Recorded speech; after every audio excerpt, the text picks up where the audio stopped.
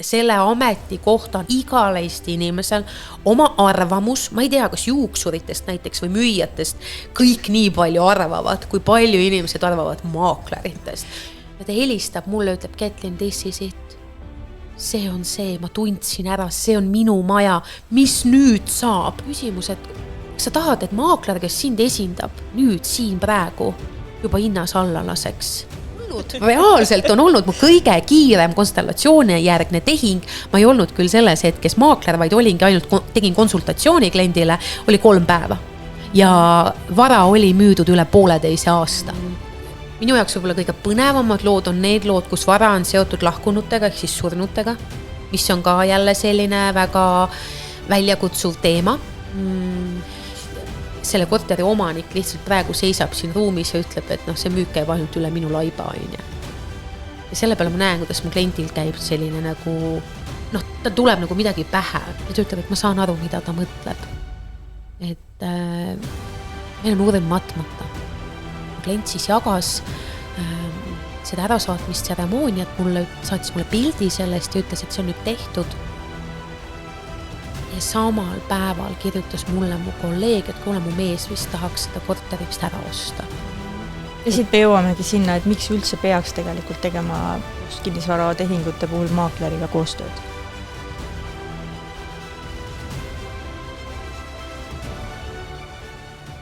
Tere! Mul on hea meel sind tervitada täna jälle uues ruumis ja nagu sa näed, minu kõrval koht on tühi, aga kohe maandub siia nagu võluväel meie tänase episoodi peakangelane. Mina olen jätkuvalt Liisi Parker ja sina kuulad podcasti Julgus valida muutust. Ole hea, pane YouTube'i kanalile subscribe, siis sa oled meie tegemistega kursis ja saad teada, millal tuleb jälle uus saade välja. Aga nüüd asume asja kallale. Sellega on natuke keeruline, sest et selle multifunktsionaalsuse ja see all purpose on iga asja jaoks asi, et selle kohta tegelikkuses on ju ka lugu, et kui see on üldpuhastusahend, et siis see ei sobi lõppkokkuvõttes nagu üldse millegi tegemiseks, aga teate, mina olen leidnud küll ühe üldpuhastusvahendi, mis sobib põhimõtteliselt kõige pesemiseks. Ja, ma lihtsalt ei saa seda eetrisse öelda, sest et mul ei ole selle eest makstud, et ma seda brändi reklaamiksin siin. Mulle endale meeldis see sõnapaar, mille ma välja mõtlesin ja see on avar talendikus. Ja väga palju me kuuleme seda, et vali mingisugune üks asi, milles sa oled hea ja keskendu sellele, aja seda ühte asja. Ja ma usun, et see sobib väga paljudele inimestele. Ja võib-olla on osad inimesed näiteks nagu mina, kellel tegelikult on nagu raske seda ühte asja valida, sest et me kas tüdineme sellest ühest asjast ja võib-olla muutume siis selles valdkonnas kuidagi laisaks või et meil ongi nagu erinevaid tööriistu ja me tahamegi neid erinevaid tööriistu siis nagu erinevas variatsioonis kasutada. Nii et ma küll väga pikalt vaevlesin selle küüsis, et ma pean tegema nagu ühe selge otsuse. Kuni siis ühel hetkel ma tegelikult sain aru, et aga kes see ütleb? Kes see ütleb, kuidas mina valin elada või töötada või maailma panustada? Ja siis ma otsustasin lihtsalt, et aga ma valin siis selle avara talendikuse ja ma kasutan võib-olla siis selles nii-öelda valdkonnas, kuhu ma nüüd olen jõudnud, on ju, ka neid tööriistu, neid oskusi ja meetodeid, mis on pärit sellest justkui nagu sellest eelmisest elust, on ju. Mm-hmm.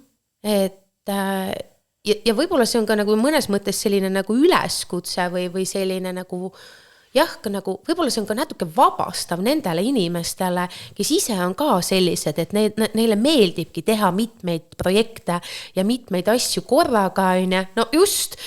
Ja siis sa saad aru, et maailm on nagu sellises muutumisprotsessis, et sa tegelikult võid teha ühte, teist ja kolmandat asja, tegelikult teha neid enda moel hästi.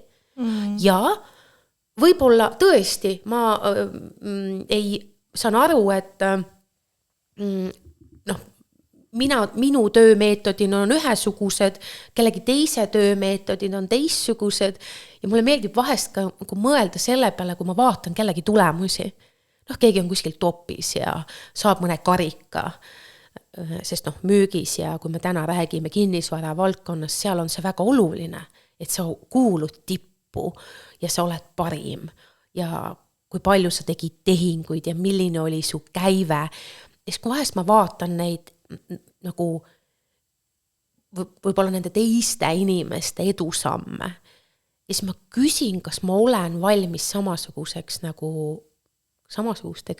ohverdusteks või tegevusteks, nagu nemad teevad. Ja väga paljudel kordadel, kuna ma tean, mis seal saavutuste taga on, siis mina ei taha niimoodi teha.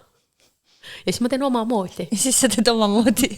Nii, et kui sa veel ei saanud päris täpselt selgust, siis jah, me täna räägime ühest siis kõigest nendest valdkondadest, millega sa tegeled ja loomulikult läbi põimunud kõigi nende teistega ka. Ehk siis me räägime täna kinnisvarast ja kinnisvara maakleri elust ja kogemusest ja kinnisvara konstellatsioonidest ka. Mis tähendab kinnisvara üldse?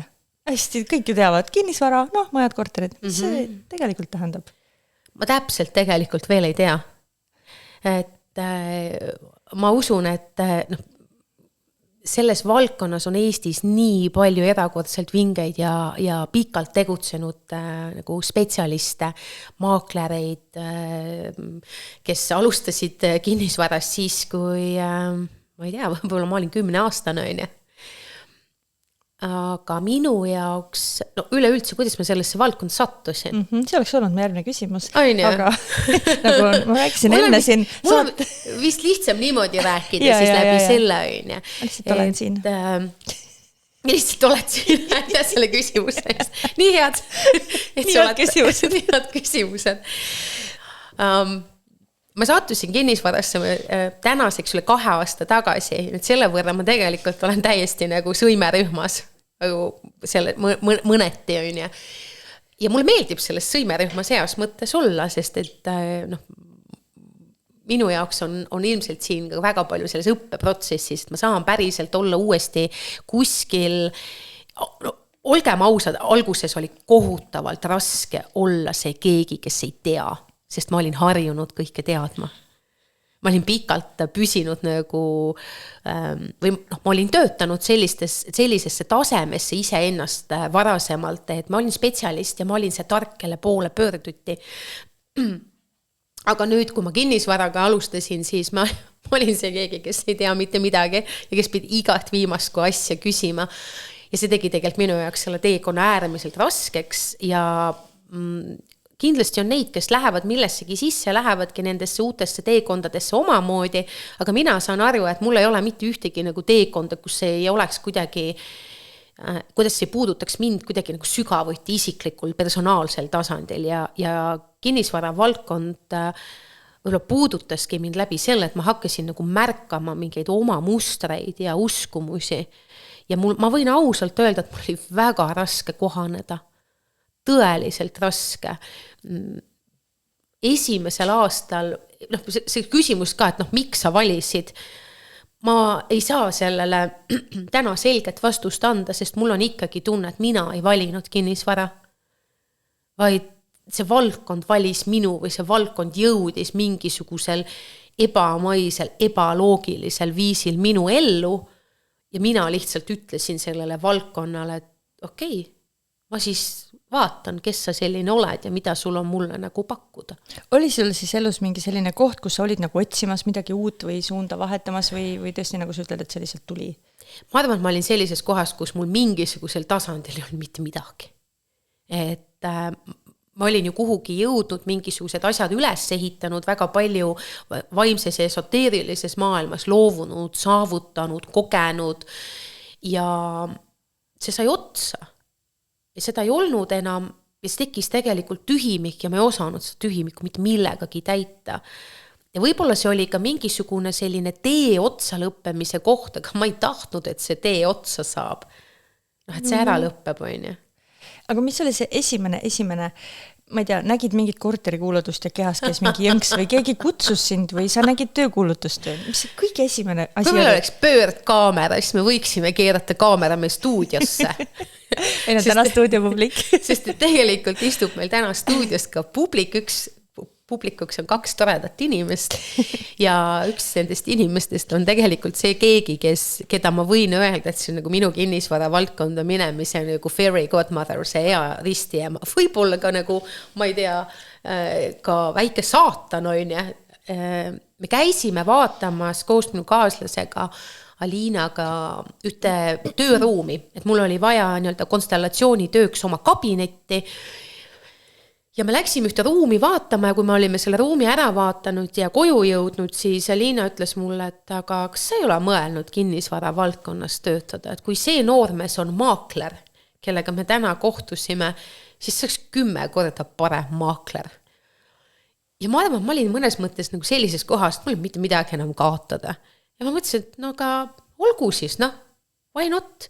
Ja ma saatsin tegelikult ise välja 3 CV-d, ehk siis või 4 isegi, ehk siis ma kandideerisin justkui ise 4 büroosse, milles tegelikult kõik esimese hooga ütlesid mulle jah. 2 büroosse ma kohale ei jõudnud, mis minu jaoks tähendas siis seda, et see nii-öelda elimineeris need minu jaoks ja ütles mulle, et see ei ole sinu koht ja see nii-öelda koht, kuhu ma siis lõpuks välja jõudsin, ma ei valinud seda tegelikult mitte millegi muu pealt, kui ma valisin seda tegelikult seda kontorit inimeste järgi. Siis ma tundsin, et seal on võib-olla kõige rohkem sellised inimesed, kellega kokku mina sobin oma kogu selle veidruste pagasiga, mis mul on. Ja kui ma nüüd nagu vaatan laiemalt oma tutvusringkonda, siis tegelikult on mul klassi ja kooli kaaslaste hulgas tegelikult kinnisvara valdkonnas väga palju tegijaid.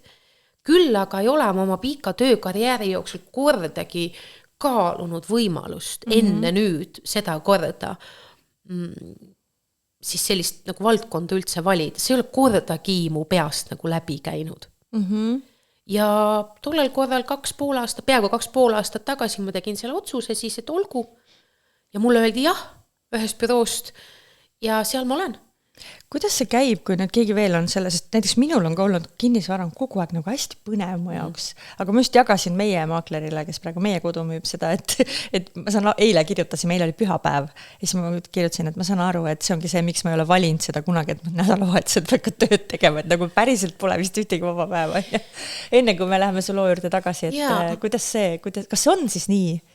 Vaata, ma olen teinud kokku 8 aastat ettevõtlust oma moel jälle, eks ole.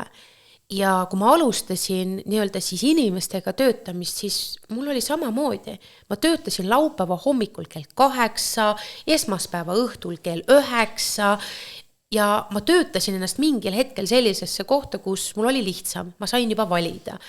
Ma arvan, et maakleri töö puhul ilmselt oleneb ka sellest, et kas sul on mingisugune taustaabi, kas sa saad seda kasutada, kas sa oskad seda kasutada ja jah, muidugi sa võid minna ka vajadusel ilmselt, ma ei tea, 24. veebruaril kellegile midagi näitama või kellegagi mingeid kõnesi teha. Ja ma arvan, et see sobibki nendele inimestele, kes on valmis selleks, et sul ei ole traditsioonilist töönädalat.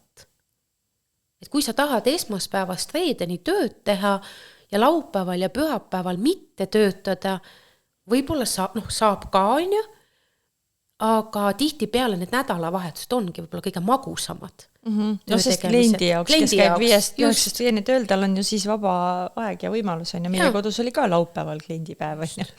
Aga nüüd tagasi tulles selle juurde, et kuidas see käib, siis kui meid kuulab ka keegi, kelle jaoks kinnisvara on olnud selline kuidagi ligitõmbav ega kuidagi ei tea, kuidas alustada, et kas ma sain sust õigesti aru, et see ei ole niimoodi, et sa kõigepealt lähed õpid mingid kursused maakleriks ja siis lähed ennast tööle pakkuma, vaid sa läksid ju nagu lihtsalt nagu nuubina, kes midagi sellest ei tea.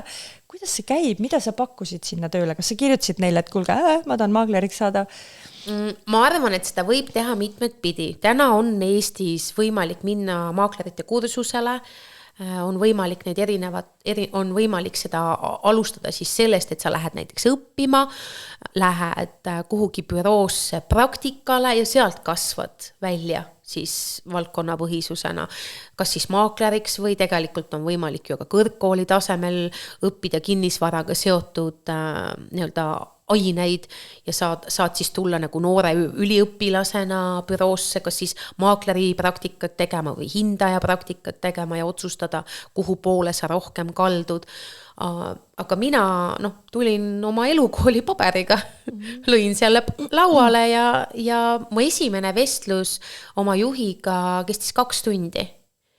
Hästi sellises mõnusas vabas õhkkonnas, seal oli juttu tõesti kõikidest asjadest ja samamoodi ka sellest, et milline on selle valdkonna nagu eripära, et meil ei ole palgatöötajad, me oleme ettevõtjad.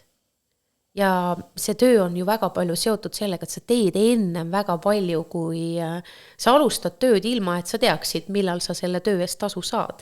Sest et sa ei tea ju kunagi ühtegi objekti portfelli võttes, et olgu su sisetunne võib öelda ja mingisugune turutunnetus võib sulle öelda, et kas see on likviidne, kas see müüb kiirelt, kas sellega läheb kauem aega, aga suures plaanis on see niikuinii ennustus. Nii et sa pead olema valmis sellesse valdkonda tulles siis olema valmis selleks, et sa ei saa võib-olla jupp aega, esiteks mida sa müüd, kui sa tuled väljaspool valdkonda, sul ei ole seal midagi müüa, sest sul ei ole nii-öelda tooteportfelli, sa alustad kõigepealt selle loomisest, see on reaalselt erinevatel inimestel erineval viisil, see võib olla alustajale kõige keerulisem üldse, et kust ma leian midagi siis, mida ma kellegile müün või kust ma saan need objektid enda portfelli ja sa pead ka aru saama, et sa alustasid näiteks tööd, sul ei ole 6 aja pärast palgapäeva. Sest et võib-olla sul ei ole 6 aja pärast ühtegi asja portfelliski, mida müüa.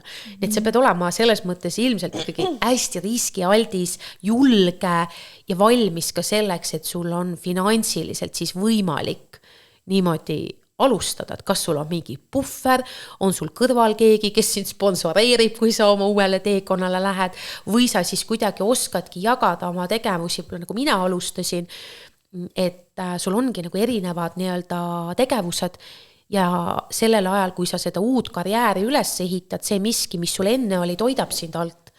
Aga see on jälle selline paras time management ja aja songleerimine ja ka energiaga songleerimine. Nii et et nagu sa ütlesid, julge ja valmis ja hea on see selline puhver, sellepärast et muidu võib-olla see läbipõlemine ei olegi nii kaugel, kui tundub, et kui sul on finantssurve, just, et kui sul on finantssurve ja siis sa tegelikult ei saa tegeleda elamise ja töötamisega, vaid sa tegeled ellujäämisega. No see eks ole igas valdkonnas. No see on igas valdkonnas nii. Nii, aga siis nad ütlesid sulle jah. Ja kuidas see siis välja nägi? Kas siis istus keegi sinuga hoidis su kätt ja ütles, et nii, need siin valdkonnas on asjad nii ja vaat siit saad klienti endale, et hakkad kulutusi lugema või oli sul seal alguses mingid kursused või kuidas see tee edasi läks? Ma arvan, et see on jälle igas büroos nagu ja iga inimese puhul ilmselt ka erinev, et meil on oma selline nii-öelda personaalne mentor, kes siis sind toetab ja mõnes mõttes oleneb, ma võtan oma teekond, oleneb ilmselt ka väga palju sellest, kui julge sa oled ise abi küsima. Ja ma usun, et kui ma vaatasin kõrvalt oma mentorit või teisi maaklereid, siis ma saan tegelikult hästi tänulik olla, et mind on aidatud ja toetatud, sest kõik need inimesed teevad ise oma põhitööd. Ja kellegi töötundide sisse ei ole kirjutatud, et sul on üks roheline sabarakk, kes esiteks jookseb sinuga kaasas kõikides notarites, näitamistel, algul on tore, sa oled natuke nagu abiline, vead neid kotte ja kuulad, aga ühel hetkel pead hakkama nagu oma jalgu alla võtma. Ja ma kuidagi ilmselt hästi lennult ise omandasin kõiki neid oskusi, et ma uurisin palju ise, selles valdkonnas tehakse väga põhjalikke koolitusi, maaklerite koda näiteks koolitab meid väga põhjalikult, nii et see kuidagi nagu oleneb ilmselt ka sellest, et kui palju see valdkond sind huvitab. Ja mina saan aru, et minul on selles valdkonnas väga palju just ka sellist nagu energeetika huvi on ja just siis seda nähtamatu maailma huvi ja see on mulle nagu tihti palju põnevam kui turuanalüüs. Küll aga mul on ka seda turuanalüüsi vaja on ja, sest et ilma selleta ka ei saa. Nii et minul oli ja on siiamaani tegelikult mu mentor, minu juht väga palju toetas mind. Ma ei mäleta, kui pikalt, aga mul oli igal esmaspäeval temaga siis selline kohtumine. Ja ühel hetkel siis me panime ise sellise pundi kokku nii-öelda uutest ja noorematest, kellega me siis siin praegu iga nädal natuke midagi õpime. Büroosisesed koolitused, mida vanemad kolleegid teevad. Aga siin oleneb hästi palju sellest, et kui palju sa ise tahad. Kas maakleril on litsents ka või see on ikkagi niimoodi, et büroo ise otsustab või see ise otsustab? Eestis on sul võimalik siis teha endale maakleri kutse, aga sa saad töötada ka siis, Eestis on väga palju väga professionaalseid ilma kutseta maaklereid, ma ei tea kogu seda nii-öelda seda nagu seaduslikku tausta just nagu selles võtmes, aga meil tõesti, sina võid täna ka alustada nii-öelda vahendusega, näiteks, ma ei tea, meie tahame siin midagi müüa ja sa ütled, et ma tean natuke sellest valdkonnast ja ma tulen sulle appi. Iseasi on siis see, kui pädev see abi on, aga kutse on ikkagi juba, minu selles valdkonnas on töötavaid maaklereid, kes on töötanud 20 aastat ja nad ei ole kutselised maaklerid. Ja siin valdkonnas on ka maaklereid, kes on töötanud 2,5 aastat ja on juba kutselised maaklerid. Nad on võtnud seda tõsiselt. Koolitustega ja koolitajatega vist sarnane süsteem või? Jah, see on sarnane süsteem, aga ta on kindlasti väga, kuidas ma siis ütlen, tugevalt nagu juriidiline, et ta on tõesti ikkagi tugevalt seadusepõhine, et need, kes selle ära on teinud, ütlevad, et see on nagu juristi eksam. Ja siit me jõuamegi sinna, et miks üldse peaks tegelikult tegema kinnisvara tehingute puhul maakleriga koostööd. Miks? Nii, kui see mahub meile täna siia paari tunni sisse, ma saan aru, et see on väga palju põhjuseid. Üks tugeva energiaga sõna nagu juriidika siit juba läbi käis, et nii nagu sul täna torust tuleb, siis miks on vaja üldse maaklerit? Mina üldse ei teadnud, milline vaade üldsusel või mingisugusel osal Eesti inimestest sellele ametile on. Mul ei olnud õrna aimugi, on ju. Nüüd ma olen aru saanud, et selle ameti kohta on igal Eesti inimesel oma arvamus, ma ei tea, kas juuksuritest näiteks või müüjatest kõik nii palju arvavad, kui palju inimesed arvavad maakleritest. Korraks vahele, et igas teises kinnisvara kuulutuses, kus müüb, ostab või vahetab omanik otse, on see minu arvates väga selgelt välja toodud see arvamus ja see on tüütu, sellepärast, et seal on alati üks lause, maakleritel palun mitte tülitada. Just. Ja siis oleme, ma tegelikult ei tea täpselt, kus see lause alguse on saanud, on ju, sest ma ei ole ka selles valdkonnas nii pikalt olnud, ma usun, et kui keegi, kes meid vaatab, kuulab ja on valdkonna põhiselt olnud pikalt toimetamas, oskab sellele võib-olla nagu paremini sellist nagu selgust tuua, aga minu jaoks on maakler, kuidas ma siis ütlen, see on mugavusteenus. Ma võin kodus poe värviga ka juukseid värvida, aga kui ma tahan midagi rohkem, paremat, kvaliteetsemat, siis ma lähen juuksurisse. Aga kui palju on juuksureid?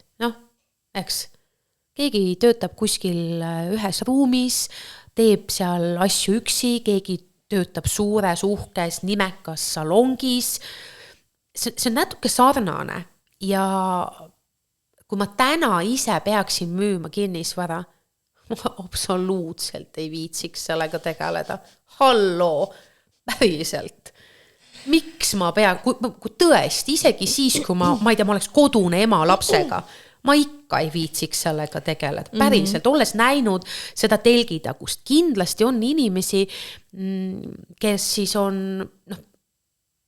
mida ma olen nagu märganud või aru saanud, ongi siis see, et selle ümber on väga, selle ameti ümber on hästi palju lugusi. Ja hästi palju ka selliseid lugusid, teate, ükskord kunagi üks maakler oli nõme, ja ma nüüd selle halva kogemuse pealt usun, et kõik on nõmedad. Ja mul on selline tunne, et vaata, kui sul on nagu mingi uskumus all, et sa usud midagi kellegi kohta, siis elu ei saa sulle tuua mitte midagi paremat. Et kui sa usud, et kõik maaklerid on ühed paganama, mõtle, mis sõna see on, tropid, on ju. no siis jah, meie hulgas kindlasti on ebameeldivaid ja ebaprofessionaalseid inimesi ka. Plus kõik ei sobi kõigiga. Ja kes on ühe jaoks ime ja lahendus, teise jaoks tundubki see tropp. See on nagu, minu karjäär on ju pigem väga lühike olnud, aga ka selle sees on tegelikult olnud olukordi, kus ma esmakohtumisel kliendiga tunnen ebamugavust. Ma tunnen, et mul ei lähe see kohtumine nagu mugavaks. Et see mingi sisetunne jääb kripeldama. Ja tõde on see, et need on ka need kliendid, kellega mul on tulnud leping ära lõpetada. Sest et me lihtsalt ei ole leidnud seda ühist keelt. Ja mõnes mõttes on ka see fakt siin see, et kõik ei sobi kõigile ja võib-olla ka nagu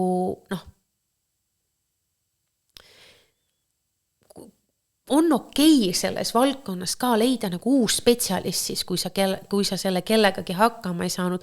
Küll aga võiks jääda nagu austusväärseks ja viisakaks selle inimese ja maakleri suhtes, sest et väga-väga palju on selles töös mida müüja tegelikult mitte kunagi ei näe.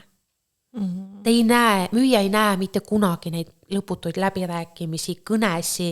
Jah, me anname tagasisidet, aga väga paljud me lihtsalt nagu puhtalt selleks, et hoida oma müüjat, hoida oma klienti, me ei saagi kõike välja rääkida ja kõike välja öelda, sest et selleks me olemegi ostja ja müüja vahel see puffer. Nii et maakler on minu jaoks mugavusteenus, see sobib neile inimestele, kes on valmis, kes väärtustavad iseennast, kes väärtustavad oma aega, kes väärtustavad oma närve, ja kes on valmis kogema oma enda elu ja laskma kellelgi teisel teha ära mingid asjad tema enda eest. Et kui sa ei ole valmis ja sa tahad ise rühmata, lase käia. Sa ei pea. Aga alati tasub ka proovida ja lubada kellelgi enda heaks töötada.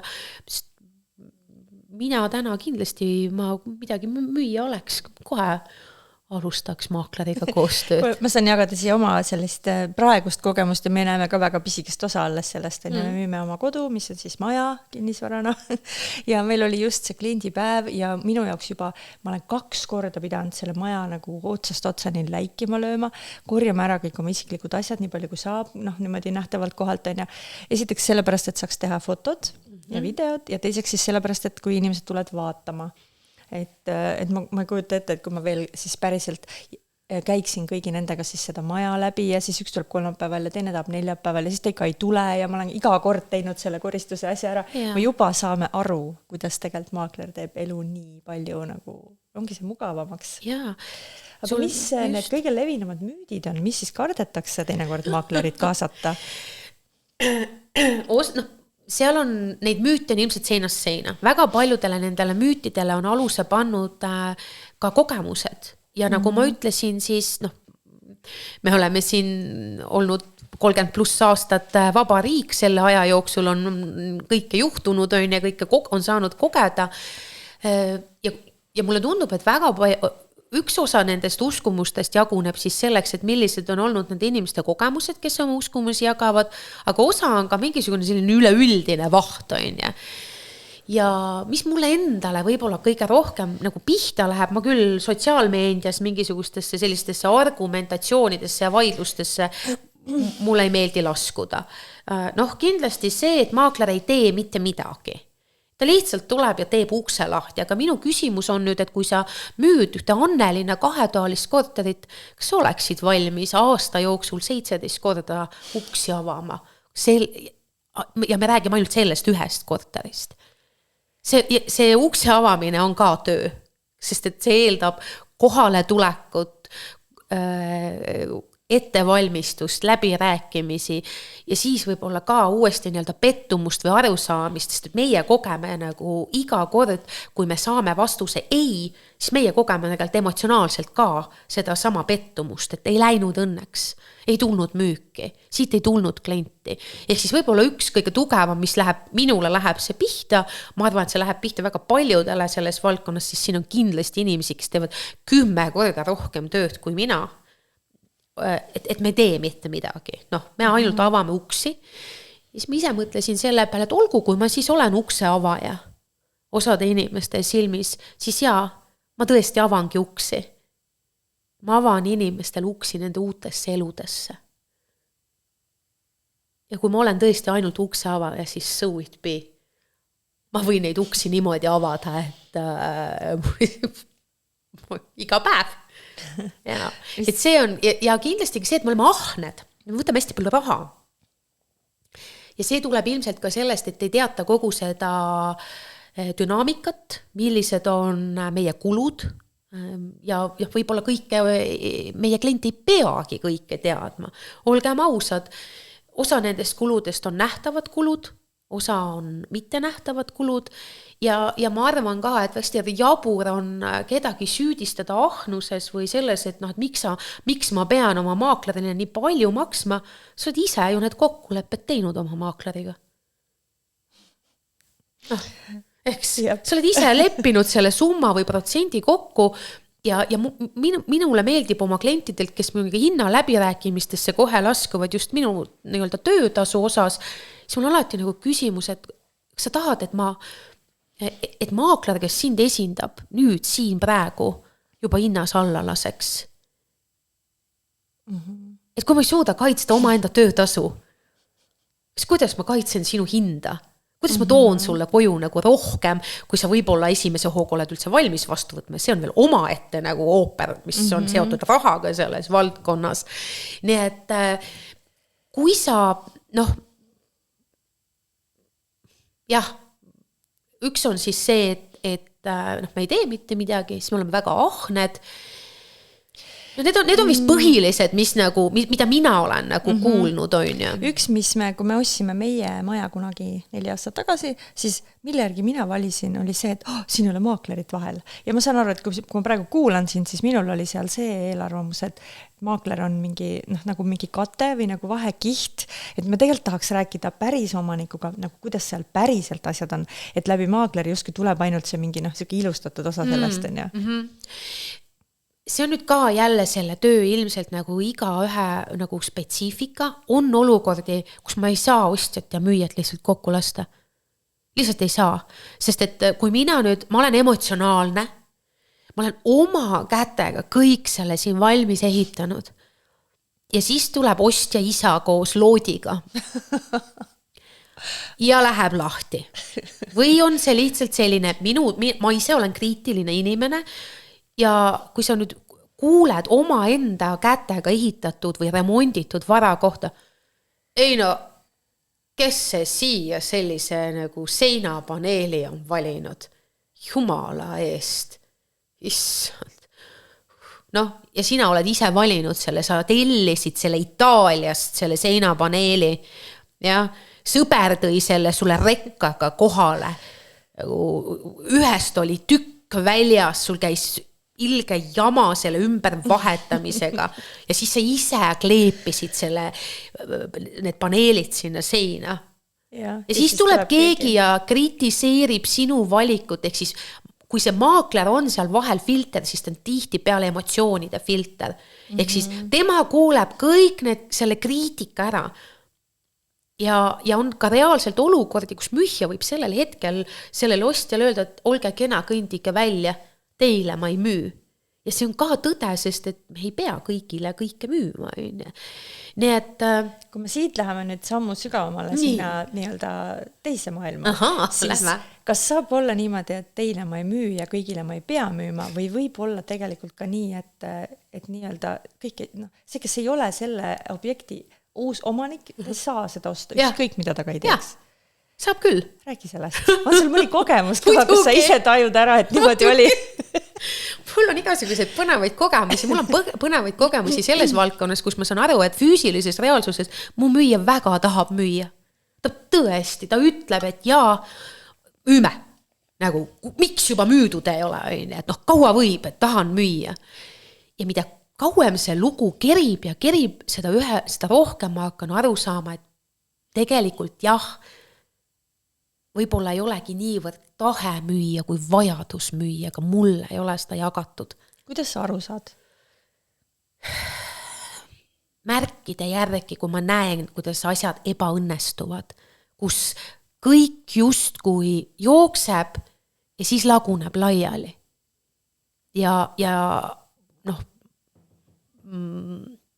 kuidagi nagu mingisugustest sõnadest ja lausetest, et sa hakkad ühel hetkel nagu kokku seda pilti panema, et sa saad aru, et kliendil on vaja ära müüa mingisugusel finantsilistel, mis iganes põhjustel, aga ta tegelikult väga sügaval enda sees ei taha loobuda, sest et see on tema, ma ei tea, oma kätega ehitatud, seal on kinnisvaras on nii palju emotsioone, seal on üles kasvatatud lapsed, seal on, ma ei tea, istutatud 20 õunapuud ja neid ise lõigatud ja see saunamaja sai oma kätega laotud, et seal on nagu see mälestus.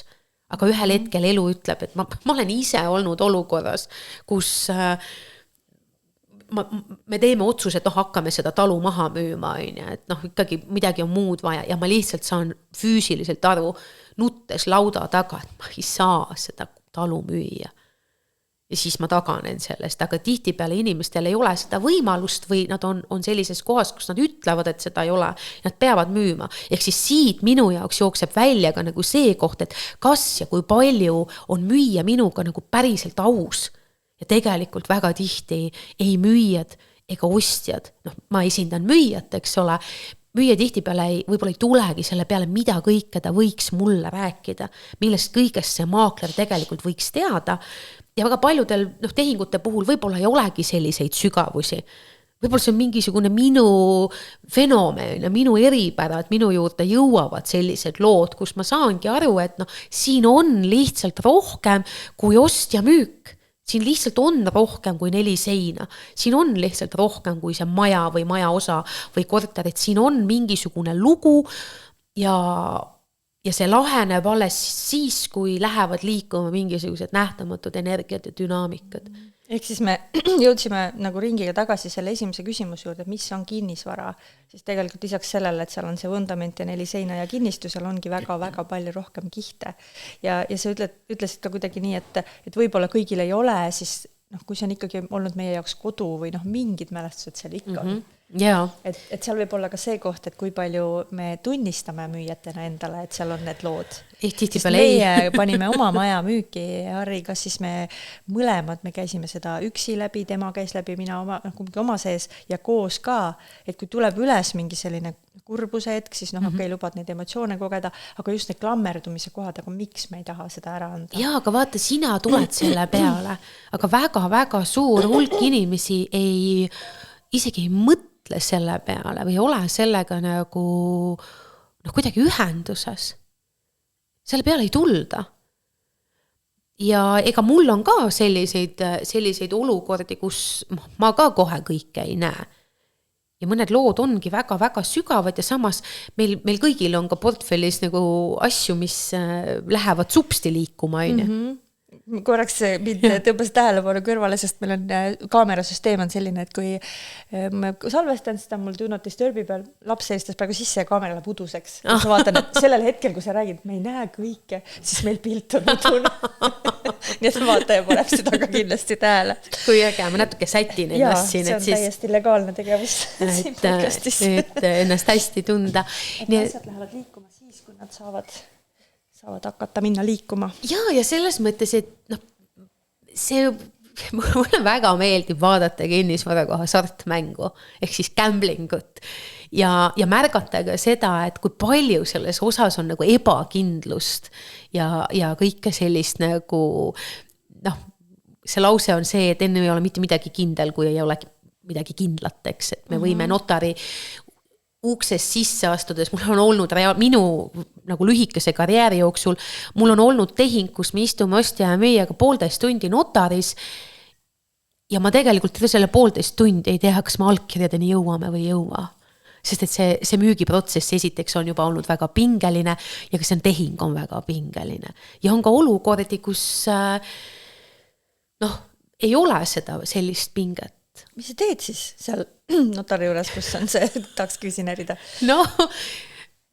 mis sina teed, kuidas sa ennast hoiad? Kas sul on see koht ka, et sa läheks päästma, et sul on ju kõik oskused, sa saad seal ruumi hoida ja nõiduda ja mis kõik on, et mis sa teed? Ma väga tihti, kuidas ma siis ütlen, selle konkreetse tehingu juures ma tegelikult ei teinud midagi, sest ma sain aru, et mina olin oma töö ära teinud ja selle tehingu tegelikult lõi lõpuks ja pani juhtuma ostja tahe ja ostja nii-öelda siis tunne, et ta on oma kodu ära tundnud.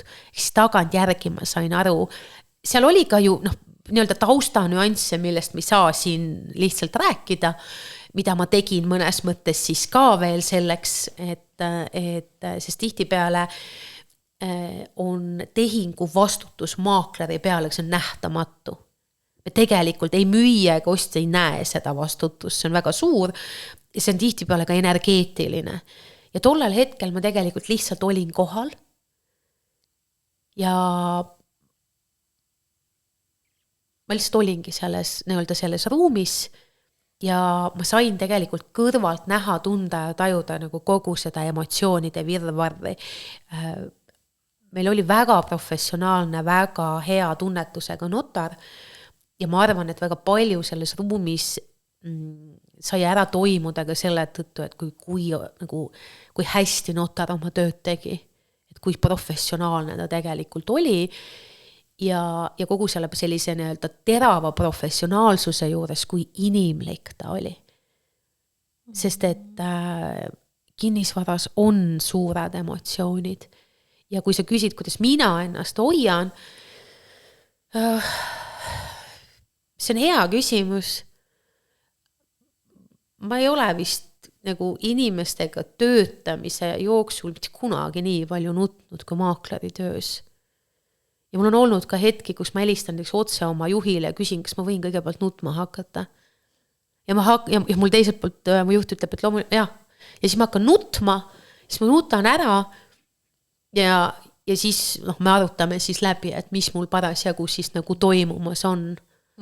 Et see on tohutult emotsionaalne valdkond ja siin on väga palju selliseid emotsioone, et ma ei saagi neid näidata välja, et ma olen emotsionaalne või et mida ma kellegi kohta arvan või ei arva, sest et see oleks ebaprofessionaalne. Ja siis mul on vaja leida mingisugune väljund nendele emotsioonidele, kus ma siis selle välja elan. Ehk siis sina inimesena, sina hingena, kes iganes, see on oluline, et hoida ennast tegelikult sellest potist nagu eraldi, sa oled osa sellest, aga et see enesehoid on, see on tegelikult igal elualal ju hästi oluline. Maaklerina sa oled hästi selles potis tegelikult sees. Ja räägin ju jälle läbi enda, et mina ei saa rääkida kõikide maailma maaklerite eest, aga me tegelikult juhime projekti, kus me juhime mõnes mõttes me juhime siis projekti, kus on tegelikult, kus otsustatakse teiste inimeste saatusi. Lahutused, pärandid, keegi peab loobuma varast, mis võib-olla käib talle üle jõu, keegi kolib Eestist ära, keegi kolib teisest linnast teise, keegi ostab midagi oma lapsele, keegi alustab oma elu, keegi lõpetab oma elu ja me müüme seda vara, mis kuulus kellelegi, kes on siit läinud. See on tegelikult nii palju sügavam kui lihtsalt 4 seina, et võib-olla see on ka üks põhjus, miks ma sellesse valdkonda jõudsin, et siin on võimalik pinna pealt ju tundub, et näed, müüsin lihtsalt korteri on ja. Aga siis ma tean, mis selle taga on, ma tean, et selle korteri müünud naine upgrade'is oma elu, ta otsustas liikuda, ta otsustas nii-öelda ilma partnerita teha mingisuguse järgmise sammu suure otsuse on ja. Ja see, kes selle korteri ostis, alustab oma uut elust, et ta on alles elu alustamise alguses on ja elu on talle mänginud kätte nii ägedad kaardid on ja läbi mingisuguste lugude, et ta saab endale päris oma kodu. Keegi võtab elus esimest korda laenu, mis on korralik kadalipp ja ka jälle väga suur vastutus. Et siin on nii palju rohkem mängus. Kui sageli sa nutvaid kliente kohtad?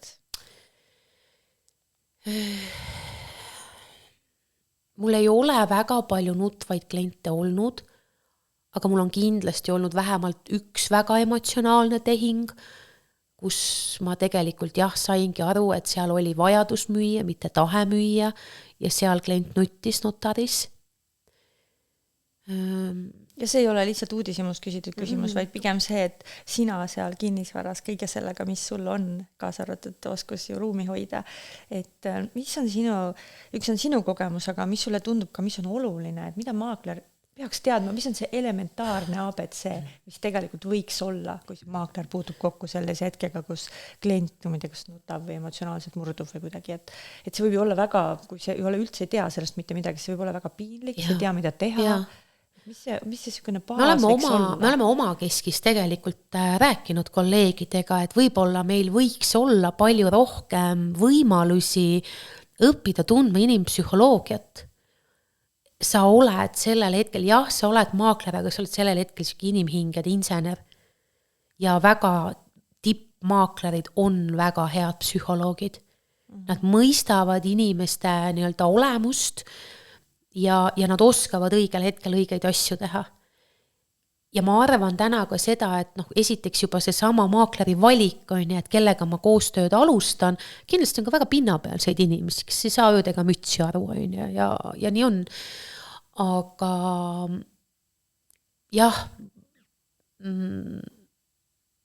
mina tegelikult, mulle meeldib minna asjadega süvitsi.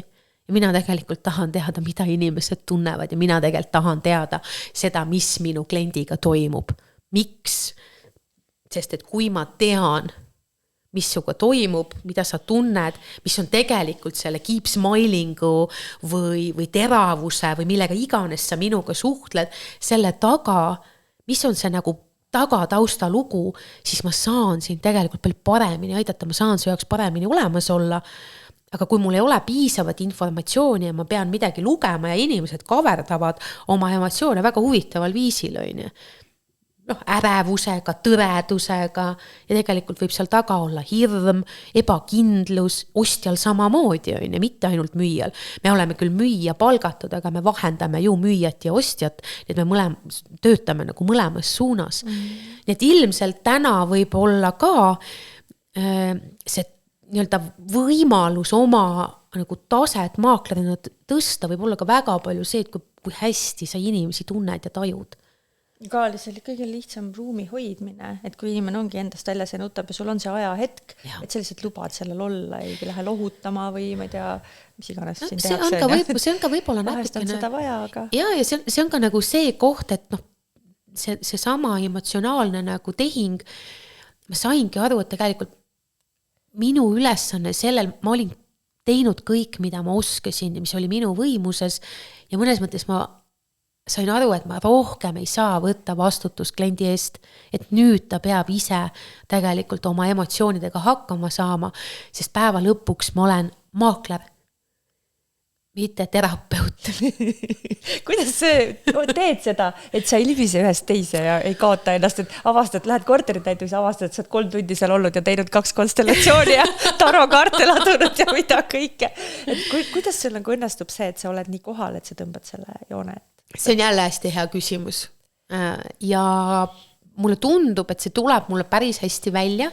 Mul on küll olnud üks mu teine objekt, mis mul müügiportfellis oli, seal oli hästi tore, sest et klient oli tuttav ja ta teadis juba kõike, millega ma olen varem tegelenud, ma ei pidanud talle nagu selgitama, et võib-olla ma olen natuke selline teissugune maakler ja temaga meil oli küll selline olukord, et me rollid ei läinud sassi, aga me leppisimegi kokku, et vaat nüüd on selline olukord müügiprotsessis, et oleks vaja vaadata, mis siin tegelikult toimub.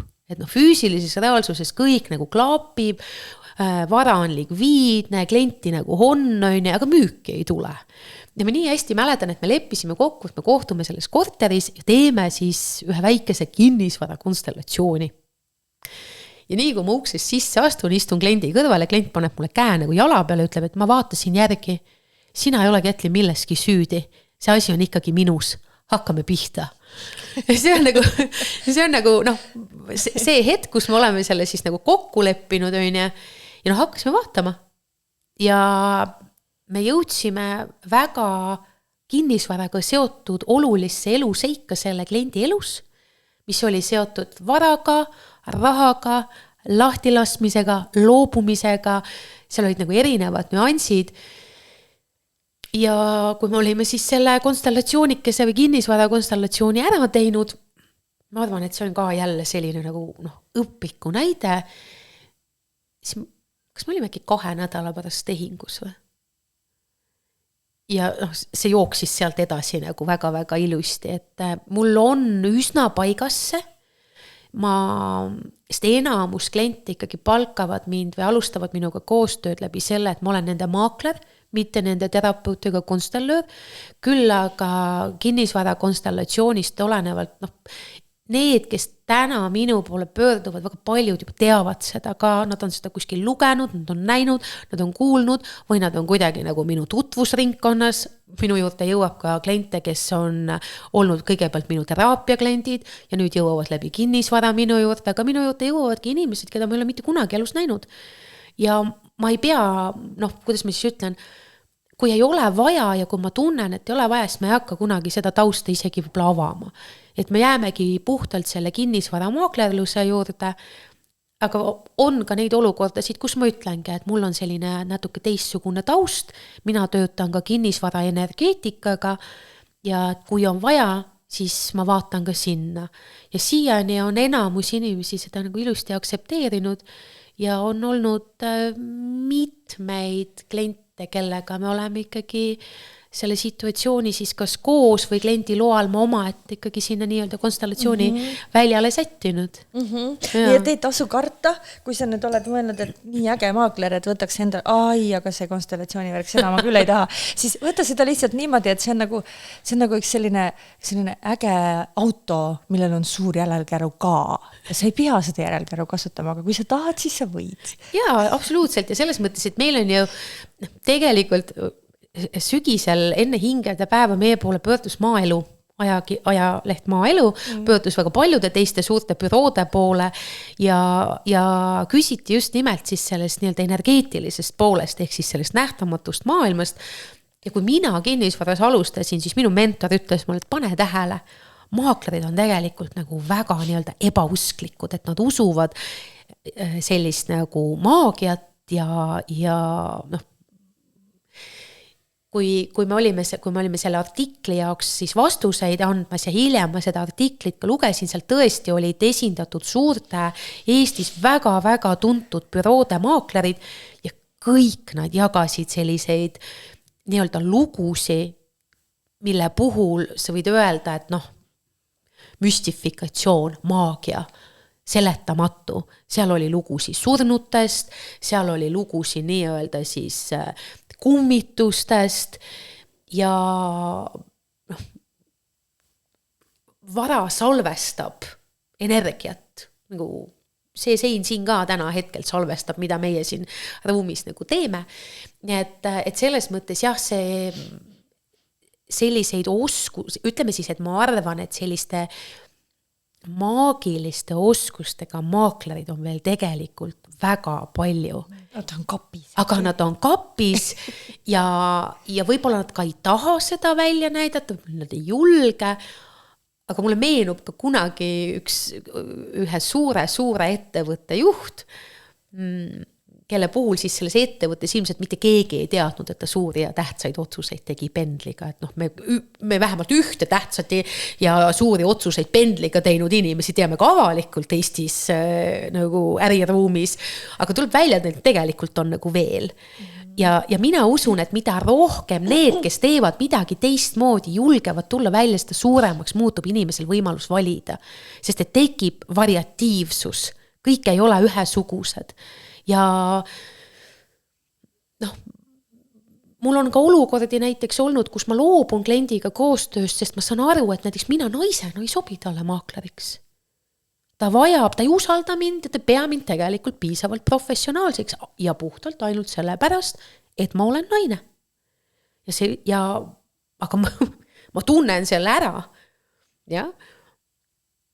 Ja kui ma siis nii-öelda talle kedagi edasi soovitan, siis ma võib-olla soovitangi talle, et tead, et võta võib-olla meesmaakleri järgmiseks, et mulle tundub, et võib-olla sul läheb nagu edukamalt ja lihtsamalt kui minuga. Et me elame ikka sellises stereotüüpses maailmas, on ju. Nii et vist jäin mõtlema, et kas maakler on nagu meeste või naiste töö, et mul ei ole vist üldse sellist nagu, et no mõne asjaga on, näiteks minu jaoks oli kunagi, enam ei ole, nüüd on ju mõlemaid, aga näiteks kui ootamatult pulmas selgus, et pulma isa ei olegi pulma isa, vaid on pulma ema, see oli nagu kuigi tegelikult võis olla väga-väga hea. Aga maakleritöös ei ole vist seda? On, inimestel on selliseid, kuidas ma siis ütlen, nagu valitakse küll, et kas ma valin mehe või naise, on ju. Ma näen seda ise ja ma kaldun arvama, et siiamaani on kinnisvara olnud väga patriarhaarne, ehk siis maskuliinne valdkond, kuigi maaklerite hulgas võib-olla protsentuaalselt võib naisi siiski rohkem olla. Aga ma ka jälle nagu kardun arvama, et see mees ja naine võivad ka erinevad olla, eks ole. Et inimesed valivad siin endale esindajad soopõhiselt, vanusepõhiselt, büroopõhiselt, kogemusepõhiselt. Mul on potentsiaalne klient, ma küsisin, kuidas te minuni jõudsite. Et ütles, et aga ma vaatasin teie pilti internetis ja te meeldisite mulle pildi pealt, et te olete nagu ilus inimene. Ja selle pealt tema tegi valiku, ja keegi teine siis valib mu sellepärast, et ma olen ta tuttav, keegi valib mu sellepärast, et ta scrollis läbi kogu mu Facebooki ja ütles, et teil on nagu huvitav profiil, te tundute nagu jälle äge olevat, et eks me tegelikult ju teeme kõik neid otsuseid oma alateadvuse tunde pealt, aga iseasi palju me seda tunnistame endale. Just. Võib-olla lihtsalt pilt, pluusivärv meeldis. Tegelikult on tore, et keegi ütleb sulle, et nägin teid internetist, tundusite tore, et võib-olla ta luges tagasisidet, vaatas, mis mu portfellis on. Ja täna tõesti tehakse ka valikuid ilmselt sotsiaalmeedia põhjal, et minnakse, vaadatakse, kui ma lähen näiteks maakleri profiilile, ja seal ei ole mitte midagi muud kui müüdud, broneeritud, ainult jooksevad need kuivad postitused. Kellegile tundub see, et näed, on hästi professionaalne, teeb palju tööd, ja tema valib sellel baasil. Mina ilmselt otsin ka võib-olla hoopis midagi muud, ja mina tahan näha, kas see maakleri inimene on, et millega ta veel tegeleb, aga kellegile teisele võib-olla võib tunduda see, millega mina kõik veel tegelen, et issand, et kuidas see Ketlin siin veel üldse mingit minu kinnisvara jõuab müüa, et küll tema siin mingi, ma ei tea, käib autoga Poolas hobuse järel, mingi ratsutab kolmapäeval, neljapäeval oli ta kuskil kontserdil ja ma ei tea, reedel on tal maitsev Tartu, et tal ei olegi võib-olla aega selle kinnisvaraga tegeleda. Sa ei olegi talle, siis tema jaoks on need teised seal. Jaa. Aga müüja ja ostja koostöö, kes vastutab? Kes lõppude lõpuks vastutab selle eest, kas see saab müüdud või ei saa? See on nii hea küsimus. Ma vaatan praegu käimas olevat tehingut ja mulle meeldib mõelda niimoodi, et kui me alustame müüjaga koostööd, siis ühest küljest müüja annab ära justkui selle vastutuse, et nüüd mina töötan tema hüvanguks, Tegelikult minu jaoks kinnisvara ei ole niivõrd müük, kui aitäh minu juhile selle väga hea laienduse eest. Tema oli see, kes näitas mulle pigem just seda, et sa maaklerina ei ole niivõrd müüja, kui sa projekti juht. Ja olgem ausad, selles tehingus vastutus peaks jagunema mõnes mõttes võrdselt. Et iga üks peaks selles kompotis olema see, kes ta on. Müüja peab võtma müüja vastutuse, ostja peab võtma ostja vastutuse ja maakler maakleri vastutuse. Küll aga, olles pikalt töötanud nii-öelda siis terapeudina või inimestena, coachina, mentorina, ma näen seda, kui minu jaoks on see lausa põnev, kuidas siis ilmnevad erinevad rollid, kus on olukordi, kus müüja üldse ei taha vastutust võtta, et see tehing tegelikult ära toimuks, ja see tähendab, kuidas see välja näeb, et müüja ei taha vastutust võtta? Ta ei ole koostööaldis. Ta ja noh, seal on üldse, eks ole, et noh, see on siuke polaarsuste mäng on ja sellest väga palju tuleb nähtavale ka seda, millised on nende inimeste isiklikud uskumused ja kuidas nad maailma tajuvad on ju. Et kui sa oled noh, seal käib palju läbirääkimisi, seal on raha on ju ja kuhu poole siis noh, kuidas keegi tunneb ennast on ju, et keegi võib-olla tunneb, et teda survestatakse. Aga müüja vastutus on minu jaoks ka ikkagi energeetiline. See, et ma ei tööta alateadlikult vastu tehingule. Et ma ütlen küll, et jaa, nagu tahan müüa küll on ju, aga ise samal ajal võib-olla eneselegi totaalselt teadmata saboteerin seda tehingut. Loodan, et äkki ikkagi ei müüda. Tead, ja siis see jääb mulle. Just, äkki ikkagi ei müüda. Noh, vahest on ka, ma näen ju, et vahest on otsused ka sellised, et noh, on 2 poolt on ju, abikaasad ja üks otsustab, et me müüme ja lõpuks teine alistub sellele, aga ei ole absoluutselt teadlik, et tegelikult see tema mitte müümise soov energia tasandil saboteerib kogu seda müügiprotsessi. Ja siis käib üks kamma ja ostjad kaovad ära, ma ei tea, mingi dokumentatsioon ei saa õigel ajal korda, tehingud tühistuvad, lükkuvad edasi, rahasid ei saada kokku, tuleb mingi, ühesõnaga juhtuvad kõik sellised asjad, mille peale tahaks müüa öelda, et mina ei ole süüdi, maakler vastutab. Aga maakler ei saa võtta sinu alateadvust enda peale, aga see on nii peen, ja nii nähtamatu tihti peale, et see ei paista välja. See on nii suur osa inimesi, kes ei teagi sellest maailmast midagi ja no ammugi siis ei teagi seda ju üldse nagu, noh, et seal võiks midagi sellist olla. Ja ta tundub, võib, et see kõik on ainult see füüsiline, mis me näeme siin maakler ja telefonikõned ja nii. Aga nüüd tuleb mängu see kinnisvara konstellatsioon, siis mida sellega siis saab ära teha? Kui on selline klient, ostja, müüja, keegi, kes on valmis sinna vaatama ja andma võimaluse, et aga mis siis, kui seal on midagi sügavamat, mida me ei näe silmaga? Minu jaoks jaguneb see kui situatsioon selles mõttes, et millest me konstellatsiooni puhul räägime. Konstellatsioon on süsteemne vaade siis elule, eks. Ja kinnisvara on samamoodi seotud perega ja peresüsteemiga, sest et ta on miski, mis kuulub kuhugi süsteemi, on ju, kuidas ta sinna süsteemi on saanud, mida temaga seal süsteemis on tehtud, see on kõik jätnud mingisuguse jälje selle vara külge. Ja on varasid, mille puhul ei ole mingeid lugusid selliseid, mis kuidagi midagi takistaks või segaks. Need on minu jaoks need olukorrad, kus noh, tuleb põmm ostja, tuleb põmm tehing ja tšaupaka enam ei mäletagi, et see sai tehtud. On. Ja siis on kõik need teised lood, kus sa võib-olla oled koos selle looga 1-2 aastat lausa. Sest et jah, päriselt müügiprotsess võib võtta ka 2 aastat. On. Mõnda asja müüme veel kauem. Ja mida sellega teha saab, siis sellega saab teha heas mõttes põhimõtteliselt igasugust asju. Me saame vaadelda, näiteks mis meil parasjagu toimub, me võime alustada juba ammu enne seda, kui me üldse midagi müüki võtame. Me võime kliendiga alustada hinnavaatlusest, me võime vaadata, kas ta üldse on valmis müüma, kas ta on valmis raha vastu võtma. See on kusjuures väga-väga põnev osa, et inimesed tihtipeale tahavad saada mingi kindla summa oma mara müügist, aga alateadvuses jookseb kuskil mingisugune väike uss, mis ütleb mulle, et ta tegelikult ei ole näiteks selliseks summaks absoluutselt valmis. Mis see tähendab? Kuidas see välja näeb, et inimene ei ole summaks valmis?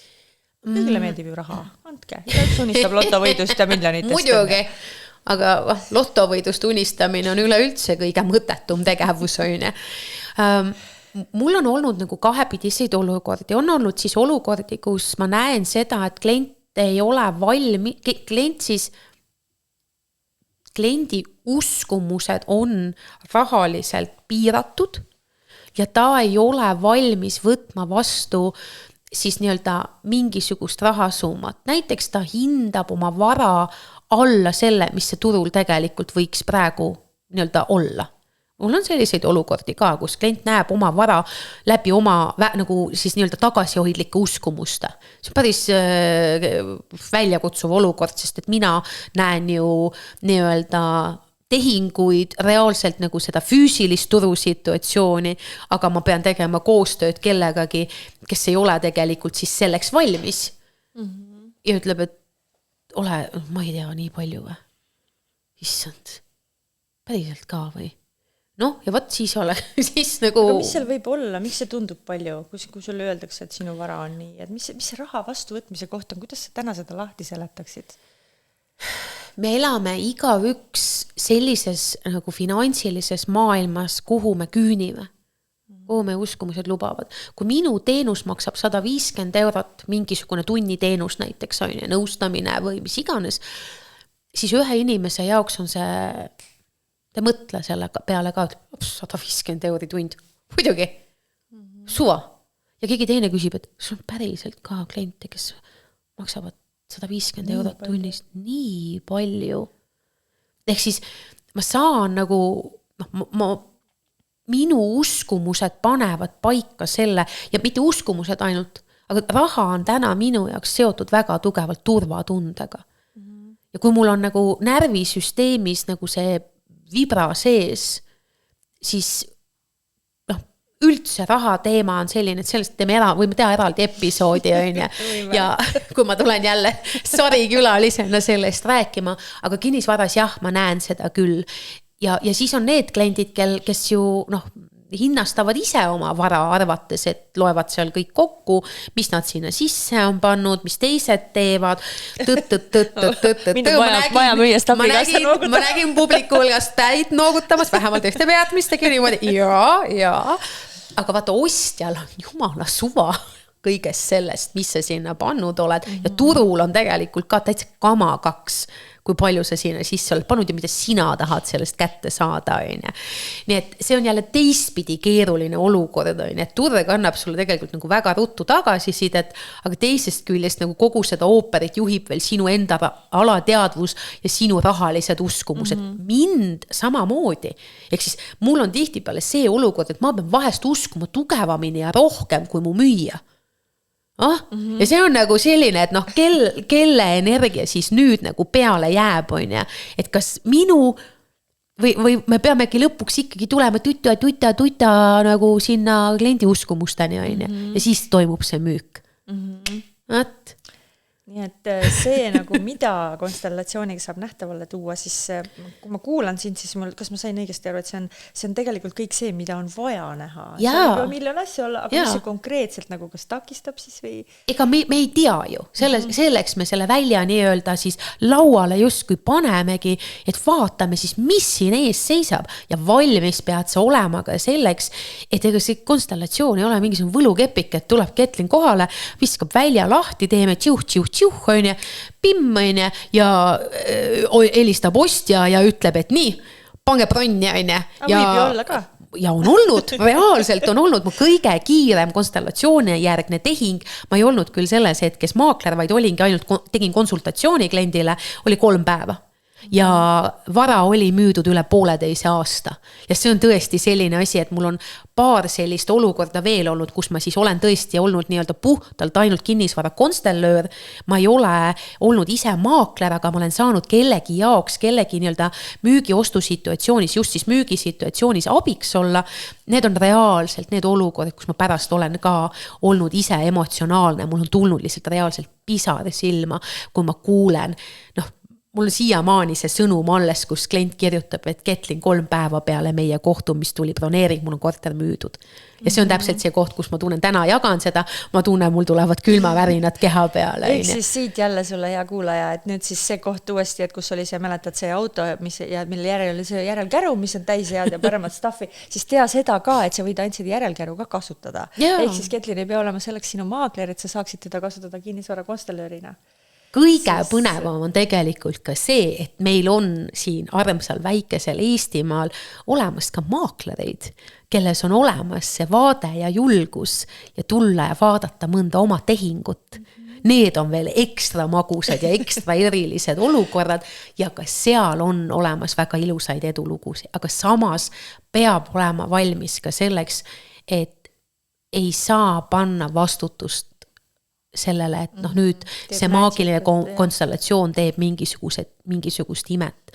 Et siia sõites me tegelikult Aliinaga arutasime seda ja ma ütlesin ka, et kui ma märkan näiteks seda, et kus on tehtud väga palju mingeid keerulisi ja segaseid otsuseid. Mul on olnud üks klient, kelle puhul ma sain ka nagu aru, et ma ei saanudki teda tegelikult nagu toetada või aidata, sest et see füüsiline tasand oli lihtsalt nii sellises kohas, et seal oleks võib-olla juba ammu pidanud mingeid teisi otsuseid nagu tegema.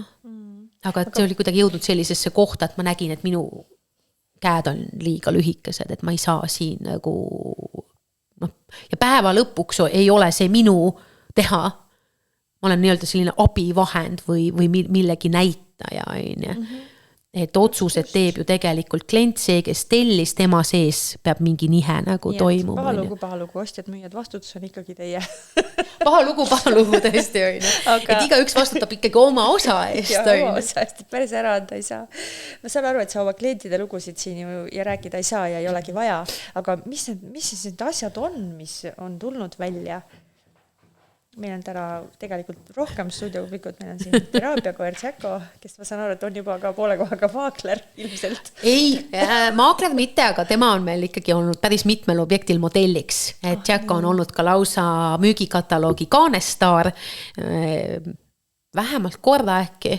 Ja ta on olnud ka mõnes toredas videos. See on see koht, kus on see linnukene, et lemmikloomad lubatud.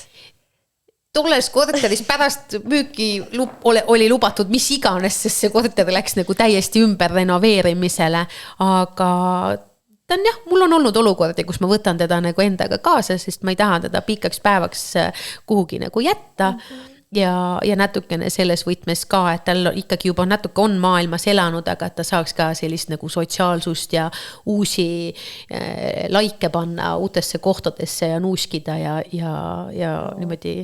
Et ega täna see stuudio, kus me täna viibime, sest me ikka ei teadnud kooskõlastada, et tuleb väikene koer, aga ma arvan, et siin on ka jälle need tema käppaeljad, et see, mina tean, mida maagiat see loob. No muidugi, sest Jacko on, nagu sa ütlesid, teraapiakoer, et tema alustas ju minuga peaaegu koos seda inimestega töötamise teekonda. Ja tere tulemast, Jacko. Ja kui sul on midagi öelda, siis julgelt. On sul midagi öelda? Julgelt ütle. Aga tulles tagasi selle juurde, et mis siis on need asjad, mis on tulnud välja või mis võib takistada, ega siis seal võib olla mida iganes. Aga näiteks meie enda majaga tuli selline nii tore koht, kus ma jagasin majamüügi kuulutust ja siis meie maja eelmine omanik, kes oli väga palju panustanud ise sinna sellesse ehitusse ja loomisesse, kirjutas siin alla nii toreda kommentaari, et oi, et te müüte edasi, et siis äkki läbi selle saan mina ka sellest majast lõplikult ma lugesin seda postitust ja see ei ole kuidagi mingisugune, et nüüd peab kuidagi nii olema või keegi hoiab midagi kinni, aga minu jaoks see tõi nagu väga näidme, kus sulle jagasin ka kohe seda, et vaata mismoodi, et tegelikult kus võib olla see nii-öelda takistus, kui see on takistus, mida me tule elu sees selle peale, et võib-olla mingi üle-eelmine omanik siiamaani tegelikult, ma ei tea, tema vanaema elas seal ja siis ta leinab seda talu taga ja sellepärast ei saa see liikuda. Ja, vanad talud on üleüldse omaette ooper, aga mul on minu jaoks võib-olla kõige põnevamad lood on need lood, kus vara on seotud lahkunutega ehk siis surnutega, mis on ka jälle selline väga väljakutsuv teema. Mul oli üks korter portfellis, kus ka tuttav klient pöördus, saime ilusti kõik kokkuleppele, rääkisime, teadsin, et on olnud seal, nii-öelda selle korteri omanik on siis lahkunud, eks ole, surnud ja meil ei tulnud nagu ostjat. Keegi tuli vaatama ja ülejäänud aja lihtsalt kõik nagu täiesti friisinud või külmunud ja seisis. Ja kohtusin selle kliendiga ühel toredal koolitusel, et nagu hästi mõnusasti tuli mu käest küsima, et kuidas meil nagu läheb. Ja ma mäletan, et ma olin nagu totaalselt täiesti nagu ilma filtrita ja ütlesin, tead, et anna andeks, aga et nagu selle korteri omanik lihtsalt praegu seisab siin ruumis ja ütleb, et see müük käib ainult üle minu laiba. Ja selle peale ma näen, kuidas mu kliendil käib selline nagu ta tuleb nagu midagi pähe ja ma küsin ta ja ma ütlen, et sa midagi praegu nagu märkasid või taipasid. Ja ta ütleb, et ma saan aru, mida ta mõtleb. Et meil on uurem matmata. Selle peale, ma ütlesin, et enne me ei müü, kui te olete austusväärselt ilusti maamulda sängitanud. Ja võib-olla see oli nagu kõige nagu vingem protsess minu jaoks seetõttu, et mu klient siis jagas seda ärasaatmist tseremooniat, saatis mulle pildi sellest ja ütles, et see on nüüd tehtud. ja samal päeval kirjutas mulle mu kolleeg, et kuule, mu mees vist tahaks seda korterit sul seal, mis sul seal tänava peal on, et ta tahaks seda vist ära osta. Aga et me teeksime hinnapakkumise, et mis sa arvad, Ja ma kirjutasin müüjale, ütlesin, et meil on pakkumine ja minu väga soe soovitus on praegu see vastu võtta, arvestades seda, milline on olnud müügiprotsess ja mis meil turul toimub ja tehing sai tehtud. Et muidugi me võime öelda, et see oli juhus ja mina tean, et ei olnud ja klient tegelikult teadis ka ja võib-olla kõige toredam koostöö ongi nende klientidega, kes julgevad uskuda seda, mida silmaga näha ei ole. Ja seal võib olla ka ju omakorda tegelikult mitu kihti, et hea küll see, kui on keeruline uskuda, et eelmine omanik, kes on lahkunud, midagi takistab, aga samas see sama müüja, kes teab, et tal on urn matmata, see võib olla ka see koht, et ta ise teab, et tal on midagi tegemata. Ja. Et see on lihtsalt üks üdini põnev maailm ja kinnisvara konstellatsioon aitab sinna lihtsalt vaadata, mitte et seal lõputult kaevata ja kõik esivanemad läbi käia ja süüdistada neid, vaid lihtsalt leida üles, mis on see. Meil ei ole vaja minna kuhugi, kuhu meil ei ole vaja minna. Me ei pea kaevama. See on ka võib-olla nagu kogu selle meetodi puhul ka selline nagu, võib-olla nagu, ma ei taha öelda valesti aru saadud. Aga hirm kindlasti. Nii et selle võrra mina võin kohe nagu julgustada, et me ei lähe kuhugi, kuhu pole vaja minna. Lihtsalt uudisimu pärast ei ole vaja minna 7 põlvkonda tagasi ja vaadata, mis seal oli. Milleks? Ei. Me teeme nagu täpselt seda, mida hetkel nagu vaja on ja suures plaanis ikkagi ma usaldan välja, ehk siis ma usaldan energiat ja mulle väga meeldib ühe minu õpetaja lause, et pidage meeles, meie konstellööridena, meie ei tea mitte midagi. Nagu kogu info on kliendi käes.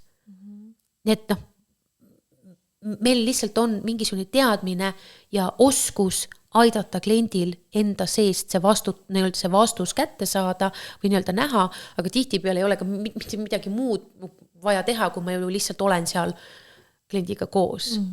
Et ka kõige need tundetumad, kes ütlevad, et ai, mina ei tunne kunagi mitte midagi, hakkavad äkki nagu märkama, tundma, saama taipamisi ja asjad lähevad nagu liikvele. Et mina täna kuskil tohututes sügavustes minevikus absoluutselt oma kliendiga ei käi ja kindlasti interpreteerin seda meetodit hästi enda moel ja töötan enda viisil. Nii et ja teen seda ikkagi oma kliendi hüvanguks, sest tema on ju töötelli. No kuidas sa näed kinnisvara konstellatsioonide potentsiaali? Selline mõnes mõttes nagu avastamata maa, oled sa uurinud võib-olla väljaspool Eestit, mis toimub, kui palju sellega tegeletakse? Ma ei ole uurinud, kui palju sellega väljaspool maailmas näiteks toimetatakse. Ma usun, et klassikalisel viisil kedagi, kes on puhtalt pühendunud ainult kinnisvaraga tööle, sellisel kujul ei ole. Küll aga kindlasti on neid, kes töötavad varaga. Me oleme ju ka näinud neid igasuguseid meediast neid lugusid, igast meediumid, selgeltnägijad. USAs on väga tugev nii-öelda selline meediumikool, kus siis käib selline vaimudega suhtlus. Aga mina usun, et süsteemne vaade üleüldse võiks olla inimestele rohkem kättesaadav ja nii-öelda sellega võiks rohkem tutvust teha, sest et see teeb hästi palju elu lihtsamaks. Ja kinnisvara konstellatsioonil ma arvan, et sellel on piisavalt ruumi ja kui saavad olla ärikonstellatsioonid ja perekonstellatsioonid, siis meil on ka Eestis nii-öelda siis spetsialiste, kes tegelikult ei nimeta küll ennast kinnisvara konstellöörideks, aga ka nende juurde on tegelikult võimalik minna. Mis võib-olla minu kasuks mängib, ongi see, et mul on see jalg ka selles valdkonnas sees, et ma võib-olla mõistan sügavamalt ja rohkem seda kinnisvara maastikku ja see teeb mulle selles töötamisega nagu konstellatsiooni väljal läbi selle meetodi võib-olla lihtsamaks. Ja lisaks on mul võib-olla väike nagu lisaväärtus kliendile anda, et mul on nagu rohkem valdkonnapõhist teadmist. Mis ei ole kindlasti vähe oluline. Ma mõtlen selle peale, et sul on ju täiskasvanute koolitaja kutse, sa oled koolitusvaldkonnas ka, vana kala. Millal siis tuleb see esimene koolitusmaakleritele? Mitte, et see konstellatsiooni peaksid õpetama, selleks on teised inimesed, aga see baas, see ABC, millest me rääkisime, mis on tegelikult on see inimpsühholoogia tundmine ja ruumi hoidmine ja selline nagu väike esimene killukene kinnisvara maagiat. Tegelikult päris esimene killukene on ära olnud, see on siis, kui ma alustasin oma uudiskirja kirjutamist ja ma tegin esimese sellise Zoomi kohtumise nii-öelda uudishimulikele. Ma küll kirjutasin väga hoolsalt uudiskirja peaaegu ma kirjutasin peaaegu pool aastat iga nädal, aga siis ma sain aru, et see ei ole tegelikult nagu minu viis infot jagada küll, aga kõik, mis ma kirjutanud olen, täna ei ole kätte saada, mul on arve maksmata. Täna te ei saa lugeda, aga kui ma arve ära maksan, siis saate. Kui keegi uudishimulik tahab sponsoreerida. Selleks ajaks, kui saade välja tuleb, et siis saame panna selle lingi sinna. Et tegelikult on juba kõik korras ja saab lugeda. Et siis ma ei tea, millal see tuleb. Aga põhimõtteliselt oleks võimalik sellist asja tellida su käest, kui keegi päriselt kuuleb nüüd, kes töötab kinnisvarabüroos või siis tehtagu, sest et see koolitaja kogemus on kogemus on olemas ja selle kohta mul on lausa kutse, mida ma olen juba korra isegi taas tõendanud, nii et mul jookseb 7. aasta täiskasvanute koolitaja nii-öelda siis sellist kutsega koolitaja karjääri ja esimesed 5 aastat sai seda ju väga kõvasti ja väga palju tehtud. Nii et mina olen alati avatud igasugustele põnevatele ettepanekutele ja hea meelega jagan oma teadmisi ja samamoodi võin jagada ka seda sama nii-öelda konstellatsiooni vaadet, ehk siis seda süsteemset vaadet, et me ei hakka siin maaklereid konstellöörideks koolitama, et igaüks, kes tahab või läheb ja õpib seda 2 või 4 aastat, on ju, ja seda täna saab õppida ju nii Eestis kui ka välismaiste spetsialistide käe all, et igaüks leiab oma, aga miks mitte puhtalt sellist nagu süsteemset vaadet tutvustada, et see kindlasti mind nagu kõnetab ja mine sa tea, kuhu sellega nagu välja jõuab. Ma praegu ise ei näe, et ma nüüd siin kohe järgmise paari kuu jooksul mingi koolituse püsti paneksin, aga sellel kindlasti on nagu ruumi.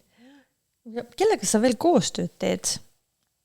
Selle kinnisvara, ütleme, müügi ostuprotsessis, et meil käis üks väga lahe fotograaf ja videograaf ja siis hindajad ja lõpuks notareid, kes need tegelased protsessis on? Kindlasti hindajad, eks, et kui me hakkame tegema nagu hinnastust, hindajatega teeme koostööd, teeme oma büroo hindajatega koostööd, vahest teeme mõne teise büroo hindajaga koostööd, fotograaf, videograaf, kindlasti kõvematel tegijatel sotsiaalmeedia spetsialistid, assistendid, kes võib-olla haldavad postkaste ja ka midagi ei ole teha, kõikidel meil maakleritel on nii-öelda ka sellised oma lemmiknotarid ja tihtipeale need kujunevad tegelikult välja mitte selle järgi, kes on kõige toredam, vaid pigem selle järgi, kes on kõige pühendunum ja kelle puhul ma tean, et see tehing on nagu hästi juhitud, hästi kaitstud, on hästi põhjalik, et selle järgi.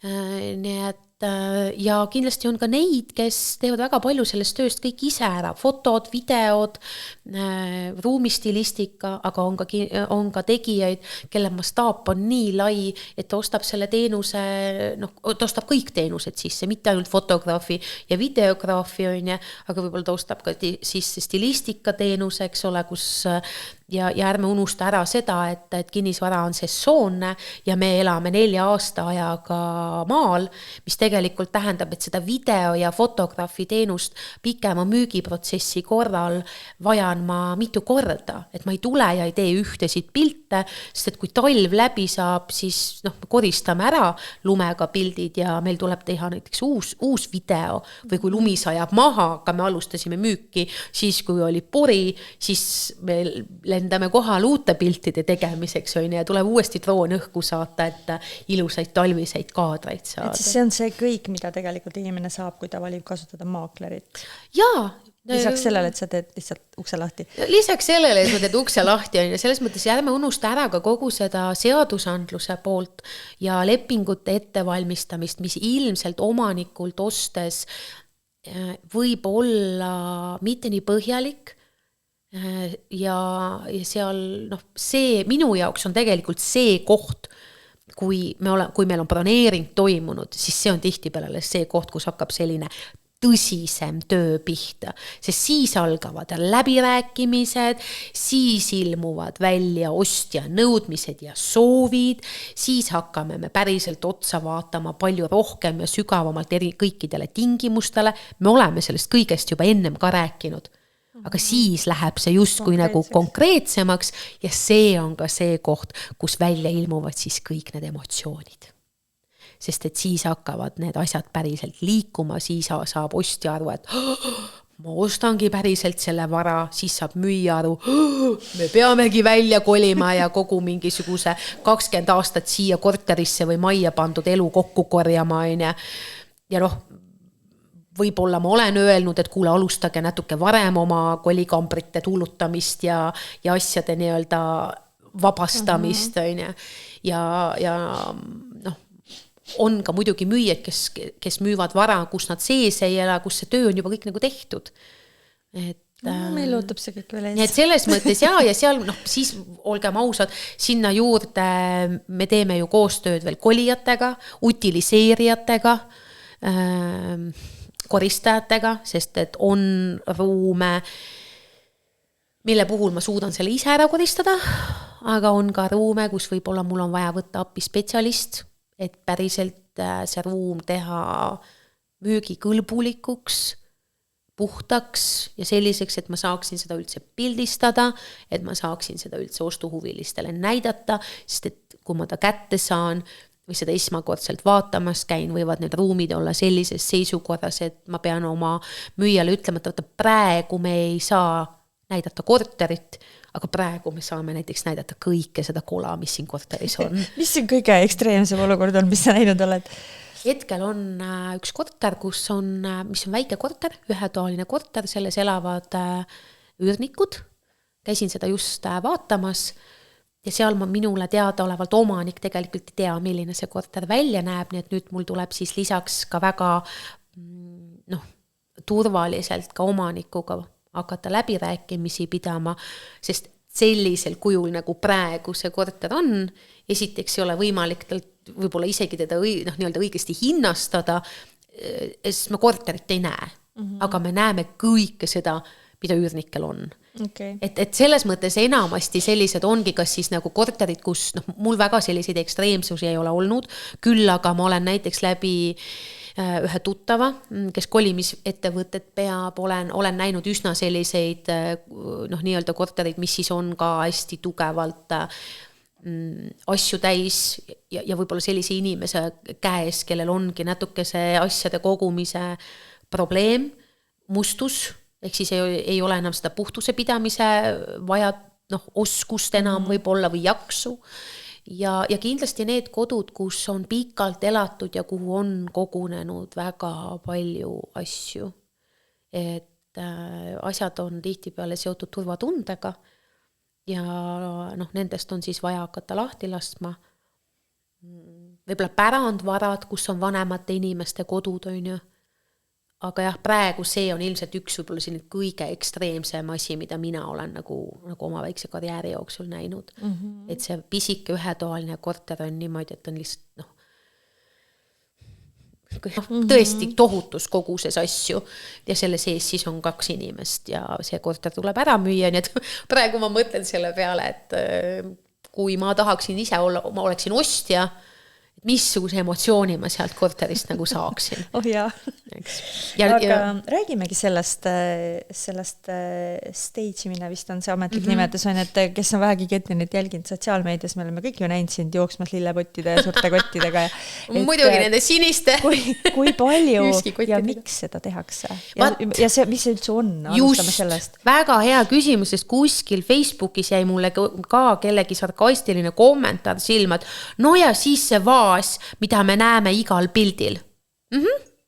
Kas tuleb kaasa korteriga? Jaa, kui te soovite seda vaasi siin pildil, siis so it be, las tuleb see, jaa, palun, saate selle vaasi ka kaasa. See peatükk, et müüa vaas ja kaasa korteri. Just, eks see ilmselt on jälle võib-olla see sama inimlikkus minu jaoks, et me ostame pilguga. me vaatame millelegi peale ja me tahame ju, ma reaalselt panna kõrvuti, eks ole, selle ühetoalise korteri pildid, nagu see korter on praegu ja see on ilmselt üks parimaid, mida staging'u enne ja pärast tegemisest nagu kasutada, et sellest võib saada nagu hitt. Üks korter on mul veel, kus mulle hästi meeldis, kuidas Alina ütles, et kuule, sinna peame lihtsalt igasse tuppa eraldi kardinad ka kaasa võtma, et Alina aitab mul nii-öelda seda fotopoolt teha päris paljudes korterites. Et mida ta loob, on see, et me tegelikult ju ei müü, kuidas me siis ütleme, me müüme kinnisvara, aga meie eesmärk ei ole mitte näidata piltidega seda, kuidas praegused elanikud, kui seal inimesed elavad, korteris elavad, vaid me tahame siiski esitleda vara. Ja tihti peale, kui sa elad korteris sees või majas sees, siis sa ei mõtle sellele. Sa ei oska seda vaadata, parimad pildid, võta kuulutused lahti, vetsupotis, gaas üleval, peegel, amba vasta plekiline, mingisugused närtsakad rätikud kuskil rippumas, sinu mustad sokid voodi peal, voodil pole katet, ma näen su kortsus voodipesu. Mul tekib juba dissonants ehk ebakõla. Mul tuli natuke sarnane tunne praegu, kui sa lähed vaata satud hotellituppa, mis on unustatud koristamata. See on natuke sama koht. Just. Keegi on maganud seal voodis. Keegi on seal, et me presenteerime vara. Me tahame näidata seda konkreetset korterit, maja, suvilat, talu, tema nagu täies hiilguses, tema parima külje pealt. Muidugi me ei saa ära peita seda, kui seal on puudusi. Me peame ausalt neid esitlema. Aga stagingu või siis sellise kodulavastuse taga on ikkagi väga palju tekitada tunne, nagu kutsuv tunne. Luua tunne, et see on esteetiline, see on puhas, see on korras ja me lähemegi tihti peale korterisse ja me esimese asjana koristame. Ma pesengi peeglid puhtaks. Ma teengi uksepiidad sõrmejälgedest nagu ära. Vaatan, et kui kraanikauss on ikka paksu lubjaga koos, siis lähebki tsif peale ja kraanikauss ka puhtaks. Sest et kui ma tulen seda korterit nüüd ostuhuvilisele või ostjale esitlema, siis ma tahan, et ta näeks korterit. Tühjad korterid on jälle omaette teema, eks ole, et seal meil on vaja nagu luua seda pilti ja seda tunnet, et kuidas siin mingi mööbel on või. Nii et see on väga palju ikkagi seotud sellega, et me ostame silmadega. Me tahame ilusaid asju. Kellegi eesmärk ei ole osta midagi koledat, räpast, musta ja ma ei tea, haisvat. See on jälle üks oluline koht, miks on olulised professionaalsed pildid või vähemalt hästi tehtud pildid, et kui sa oled omanik ja sa oled otsustanud võtta ette teekonna, sa tahad ise müüa, anna minna, aga tee see kulutus. Tee kas või sellisel tasandil kellegagi koostööd, et ta tuleb ja teeb sulle stagingu ja ta tuleb ja teeb sulle fotod. Juba see aitab sind tohutult palju, sest et su kuulutus jääb lihtsalt silma. Sa ju oled, võtame Tallinna turu numbreid ei oska öelda, aga võtame näiteks Tartu, Annelinn, kõige rohkem tehinguid teeme, seal kõige suurem linnaosa, kus midagi on müügis. Panen 2-toalise korteri müüki, eelmisel aastal kandideeri, olenevalt siis ajast, sa kandideerid seal 60 kuni 80 teise 2-toalise korteriga Annelinnas, ühes piirkonnas. Hetkel umbes kuskil 62-toalise korteri vahel on kliendil Tartus valida. Tallinnas on sarnane hind, sarnased korterid, Tallinnas on need numbrid hoopis teistsugused, aga muidugi hind määrab, eks ole, ka väga palju, aga kui mul tekib seal nüüd juba mingisugune valiku koht, ma hästi nägin eile, mul potentsiaalne klient saadab oma korterist pildid, ma vaatan ja ütlen, et issand, kui ilus korter sul on, lust on seda müüma hakata. Jah, paneb sealt mingid isiklikud asjad ära kõik, aga me ju tihtipeale esitleme ka selliseid retrokortereid, vanemaid kortereid, et seal me peame ka selle vara tegema apetiitseks, nagu me peame tekitama tunde, et me kutsume inimese kohale ja kõige selle juures peame me selle balansi sättima paika niimoodi, et see foto ja reaalsus on omavahel nagu ilusti kooskõlas ja see on võib-olla ka üks selline tagasiside, mida ma olen saanud klientidelt, et fotod ja korterid on nagu klapivad omavahel, et pildid ei lähe, pildid ei ole retušeeritud, ületöödeldud ja ongi võib-olla pigem sellised realistlikud. Sest väga lihtne on ju mingisuguse zoomiga jätta mulje, et ruum on 3 korda suurem näiteks. No, esiteks see ja teiseks on ka turul büroosid ja tegijaid, kelle puhul sa kohe tunned ära, et see on nii tugevalt töödeldud, et minul näiteks sellisel puhul tekib nagu kahtlus ostu poole pealt näiteks, et miks neid pilte on nii palju töödeldud. Väga paljusid töötlusi ei oska tavasilm isegi näha, mida seal kõike on tehakse tegelikult on taustal. Ehk siis minule endale tegelikult meeldib töötada koos fotograafiga, kes kuidas ma siis ütlen, mulle meeldib realistlikud pildid. Et ilu on pildile püütud, aga seda pilti ei ole nagu nii ära töödeldud, et sa reaalselt sul tekib tunne, et nagu joonistatud oleks juba, eks ole, et see kontrast läheb nagu nii käest ära. Ja see on ka võib-olla üks koht, mis on selle nii-öelda maakleri kasutamise selline see hirm või nagu see aura või mis on, et see ongi võlts. Et kui see on ikkagi läbi büroo, siis ta on ilmselt midagi juurde pandud ja lähed kohale ja seal see pettumus. Mingisugust töötlust me vajame.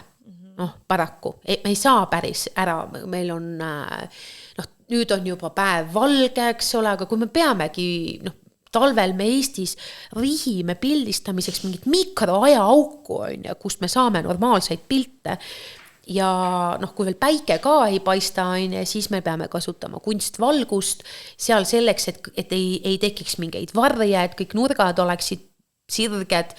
Mulle on paar korda olnud üks tagasi, kuule, ma ei tea, sul siin vist on nagu asjad viltu, minul on üldse nagu, minul on alati kõik nagu otse, nii et seal on ka selliseid asju, mida kliendina me ei oska vaadata, kui me elame oma kodus sees, siis meid ei häiri enam need sokid ja vetsupoti kaaned ja hambapasta tuubid, meid märka neid. Ja kuidas me seda veel kogeme on ka see, et kui ma saadan kliendile ette juhendi, kuidas oma kodu valmis sättida, siis ma ei tea, 10 juhul 8-9 ma tulen kohale, hingan sisse, hingan välja, ja nüüd läheb vaja neid tühje kaste, mida ma palusin, et jätke või organiseerige, sest et mina tulen nagu veel siis nii-öelda selle järelkoristajana ja panen ikka veel mingisugused asjad nagu ära, et tuua korterit esile, mitte mööblit. Kuule, kas see 60 Annelinna korterit, kõik ühesugused, kõik sama hinnaga, mida siin müüa saab energeetilisel tasandil ära teha, et just enda korterile see ostja leida? No hea küsimus, minu rekord on Annelinnas 2-toalist korterit müüa aasta 17 näitamisega. See oli lihtsalt nagu humoristika. Ja seal oli selline põnev, seal sai tehtud mitmeid pilte, ostja puhul on tegelikult ju ka see, et kui palju sellel ostjal on raha, mida ta saab osta, ja minule tundub, et ega me ei müü, sest et inimene tuleb kohale, mul eile oli nii äge ühe tuttavaga nagu rääkisime, ja ta helistab mulle, ütleb, Kätlin, this is it. See on see, ma tundsin ära, see on minu maja, mis nüüd saab? Ja inimesed tule, ma olen oma enda talu ostud niimoodi, et ma kõnnin ka, mul on valikud kui palju ja ma jõuan kohale ja ma tunnen ära, ehk siis tegelikkuses minu jaoks ei ole kinnisvara maakleri töö niivõrd selline müük, kui sellel kliendil ikka raha ei ole. Kindlasti seal on mingisugused nüansid, keegi mulle vaidleb absoluutselt vastu ja ütleb, et kuidas ei ole müük, on küll, võib-olla mina ei ole seda sellisel kujul kogenud, et ma olen rohkem kogenud ikkagi neid kohti, kus ma saan aru, et see, ja meil täna on turg ostja poole kaldu, sest ostjal on nii palju valikut, et vahepeal ei olegi müüjal otseselt mitte midagi justkui teha. Me võime teha uued pildid, videod, kuulutused uuendada, muuta hinda, mässata, möllata ja justkui ikka midagi ei juhtu. Aga see omanik, ma vist pean seda energeetilist mängu silmas, et kas on siin võib-olla lihtsalt nagu, ma ei tea, taotlus või usk või mis siin võiks abiks olla? Väga palju aitab usk, väga palju aitab ka see, kui palju sa mulle jagad, mis sinuga nagu toimub.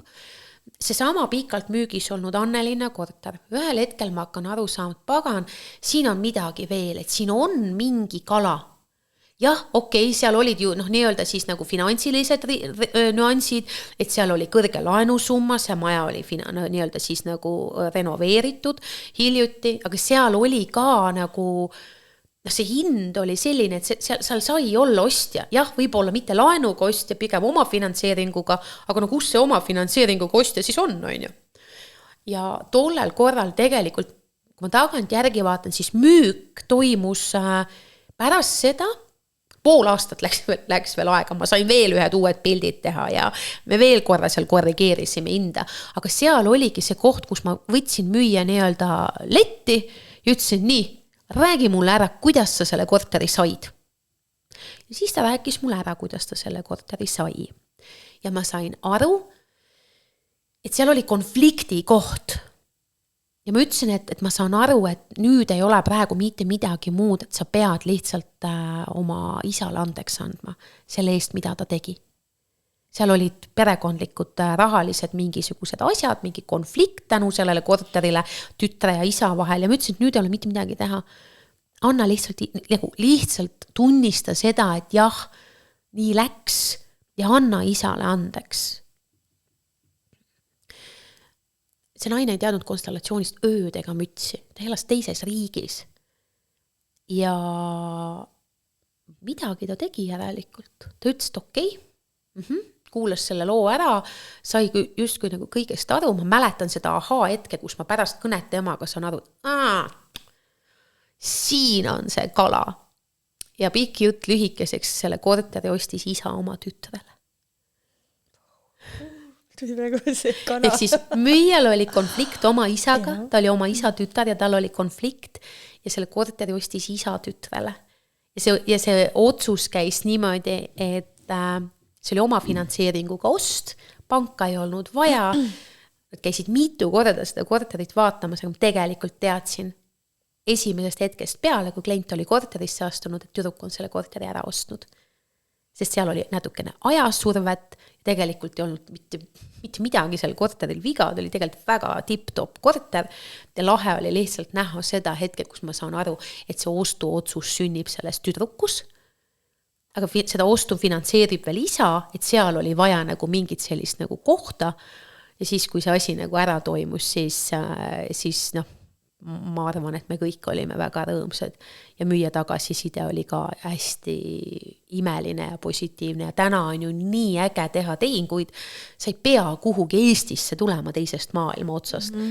Sa saad kõik asjad lasta ära teha oma maakleril, olla ise kaugtõestusega kohal ja see oli ka vara, mille mina üle andsin, ehk siis omanik lihtsalt usaldas ja sai täisteenuse alates müüki võtmisest kuni üleandmiseni. Vinge, tead nii palju asju tahaks küsida veel, aga ma küsin hoopis vahepeal, et kas stuudio publikul on küsimusi? Kas stuudio publik tahaks mulle vett tuua? Mul on siit seda, ei ole ka. Võin siit võtta, jess, nii äge. Ala sealt. Siis kui ei, siis siia ühe... Siin on soe, ma tunnen natuke, mul on natuke nagu, võib-olla ma olen nii nagu energia täis sellest kõigest. Muidugi, sest kui Tšöko tahab juua. Seal on vist magneesium sees, ma ei tea, kui hea see tal on. Natuke magneesiumi ei tee. Pärast oled siin turbojänes meil. Aga meil on küll täitsa selline hea koht, kus vaikselt kokku tõmmata, sellepärast, et saame minna värskesse õhku tagasi. Ja seda kinnisvara, ma arvan, et juttu nagu väga mitmel tasandil on siin, et küll hästi palju mida seedida, et seda saadet võid ka kuulata täitsa mitu korda ja siis jälle uuesti välja otsida, kui sa mingil hetkel tõesti päriselt ostma ja müüma hakkad. Üks küsimus mul veel on, et kas ostjana ka võiks kasutada maaklerit? Eestis tehakse pigem väheostuesindusi, küll aga kasutatakse seda näiteks nii siis, kui ma pigem võib-olla pakun näiteks, et ostja saab kasutada maaklerit ja loomulikult, kui maakler on nõus sinuga ostuesindust tegema, kui sa oled nõus selle eest talle maksma, et ta seda teeb, küll aga mina julgeksin palju rohkem võib-olla ka oleneb jälle maakleri töömahust on ja kõigil ei pruugigi selleks nagu maht olla, aga ostja võib näiteks mida teha, mul on praegu üks tuttav, ta on ostuprotsessis, ta ostab otse omanikult ja seal ma julgesin küll öelda, et kuule, et kui hakkate lepingut tegema, et täitsa okei on nagu saan sulle nõustamisteenust pakkuda. Et juriidiliselt saaks see nagu paika, sest ka müüja ise omanikuna ei pruugi teada, mida kõike võiks sinna lepingusse siis kirja panna ja ta ei pruugi näiteks, ei ostja ega müüja ei pruugi ka teada, kuidas käib korrektne üleandmine selleks, et hiljem ei oleks mingisugust nagu segadust, sest seda võib teha ka väga suvaliselt, aga seda saab teha ka nii mõnusalt ja toredalt ja põhjalikult, et ostjal ongi hiljem väga lihtne. Sellega seoses meenub mul läks naljakas lugu meie majaostust, et kui me siis saime kõik tehtud ja eelmised omanikud olid välja kolinud ja siis nad jätsid meile võtmed tupalaua peale ja siis me lähme majja ja ühed võtmed, aga kus teised on? Ja siis helistasime ja siis tuli veel, et sellel majal ongi ainult ühed võtmed. No just on. Aga meil lihtsalt see ei tulnud jutuks, sest me ostsime otse omanikult. Absoluutselt. Ja et selliseid asju vältida, siis on parem tegelikult ikkagi. Ja noh, on kindlasti neid maaklerid, kes töötavad oma klientide hüvanguks ka ostuprotsessis, tihti seda tehaksegi niimoodi, et sa võtad midagi müüki, nad samal ajal soovivad midagi osta, nõustad neid selles protsessis, et tehakse selliseid nagu nii-öelda töid siis on ja. Aga siis tõmbame tänaseks joone alla ja arvake ära, kuhu meie täna siit läheme Harriga. Meie läheme korterit vaatama. Kui äge. Kuna me kolime maalt linna, siis me leidsime esimese sellise, mis vastab meie maitsele ja et mida me päriselt tahame vaadata. Nii et kogu südamest tänu sulle, et sa tulid, et sa olid valmis avama seda just kinnisvara teemat, sest tõesti me võiks rääkida millest iganes ja tunde on, aga just nüüd ise maja müües ma saan aru, et see on tegelikult nii oluline teema, et mida rohkem me sellest teame, seda lihtsamalt see läheb. Ma nõustun ja ma arvan, et selle kõige kohta võiks ka olla infot hästi palju rohkem, sest et ma tegelikult näen, kui vähe inimesed teavad sellest, ka mina ise olen olnud ostuprotsessis, kus tegelikult ma tagant järgi saan aru, mida kõike oleks pidanud selles tehingus tegelikult veel tegema, aga minu teadmised olid nii puudulikud, et ma ei osanud ka ostjana teatud asju küsida ja teatud nüanssidele tähelepanu pöörata ja just nimelt sellised olukorrad, kus ei ole piisavalt infot alguses ja protsessi käigus tekivadki hiljem igasugused jamad. Ja selleks, et seda vältida, siis isegi kui sa otsustad ise müüa, julge võtta endale kas või nõustamisteenusena kõrvale, kas või korraks see professionaal. Lase ennast aidata. Jah, lase ennast aidata, sest tuleb saate pealkiri. Lase ennast aidata, no just. Kuule, aga sina tegutsed Tartu linnas, aga kas see on sinu piir või on sul objekte ikkagi mujal ka, et kui keegi nüüd, ma ei tea, tahab Jõhvis müüa? Et mul on objekte mujal ka, aga seal kindlasti tuleb mängu töötasu, varalikviidsus, tšökko, see on ju... Joo. Et seal kindlasti tulevad mängu need samad nagu kokkulepped ja ka praegu lähen vaatama ühte Harjumaa suvilakest, seal klient väga kindlalt tahab minuga koostööd teha, meil on omad kokkulepped, kuidas me seda teha saame, aga Eestis maaklerid töötavad küll ka võib-olla nagu hajusamalt, aga see kindlasti oleneb nagu kokkulepetest. Nüüd reklaamiminutid, et millises büroos sa toimetad, kus sinuga ühendus saab, kus sind saab jälgida, kui keegi tõesti veel ei tea sinust midagi. Siis... Minu kodubüroo on Toomus Kinnisvara Tartus ja minu kontaktid on leitavad kodulehelt, kus mulle võib helistada, kirjutada ja piisab lihtsalt Ketlin Villem Facebooki sisse toksida, sealt pääseb ligi minu isiklikule kontole, mis tõesti iseloomustab hästi tugevalt mind ja see on sama kirju kui värvipalett, sest et ma jagan seal 1,2, et see kindlasti ei ole üleni puhtalt kinnisvara valdkonna põhine ja kui see kodulehe arve siis makstud saab, et siis saab lugeda ka minu suure hoole ja armastusega peetud kinnisvara maagia blogi või nii-öelda uudiskirjana ma teda praegu välja ei saada, aga sealt saab lugeda kõiki põnevaid lugusi ja päris palju sellist nii-öelda kinnisvara konstellatsiooni dünaamikate kohta ja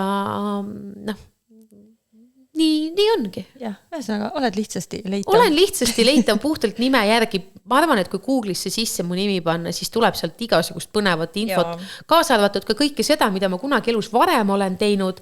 Nii et ma olen natukene aega juba maailmas elanud, ma olen jõudnud teha, toimetada ja kõik, millest on mingisugune jälg internetis, et see on sealt ka leitav. Nii et võtta julgelt ühendust ja kas või lihtsalt, kui sa tahad konsultatsiooni, küsida midagi. Aga meie siit tõmbame täna joone alla episoodile number 46 ja me kohtume jälle siin või seal pool ekraani.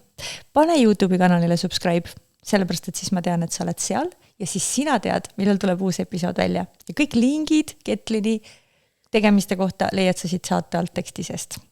Ole mõnus, ole hoitud ja edukat kinnisvaraga toimetamist. Mul ei ole rohkem midagi lisada, muidu tuleb uus saade otsa. Tšau. Ma meenutan ise endale, vaata seda mingisugust eksperti, keda kutsutakse kuskile telesaatesse igat võimalikku asja kommenteerima, ükskõik mis see on, et kas see on laulupidu, mingisuguse tähtsa inimese ärasaatmine või mingi olukord majanduses.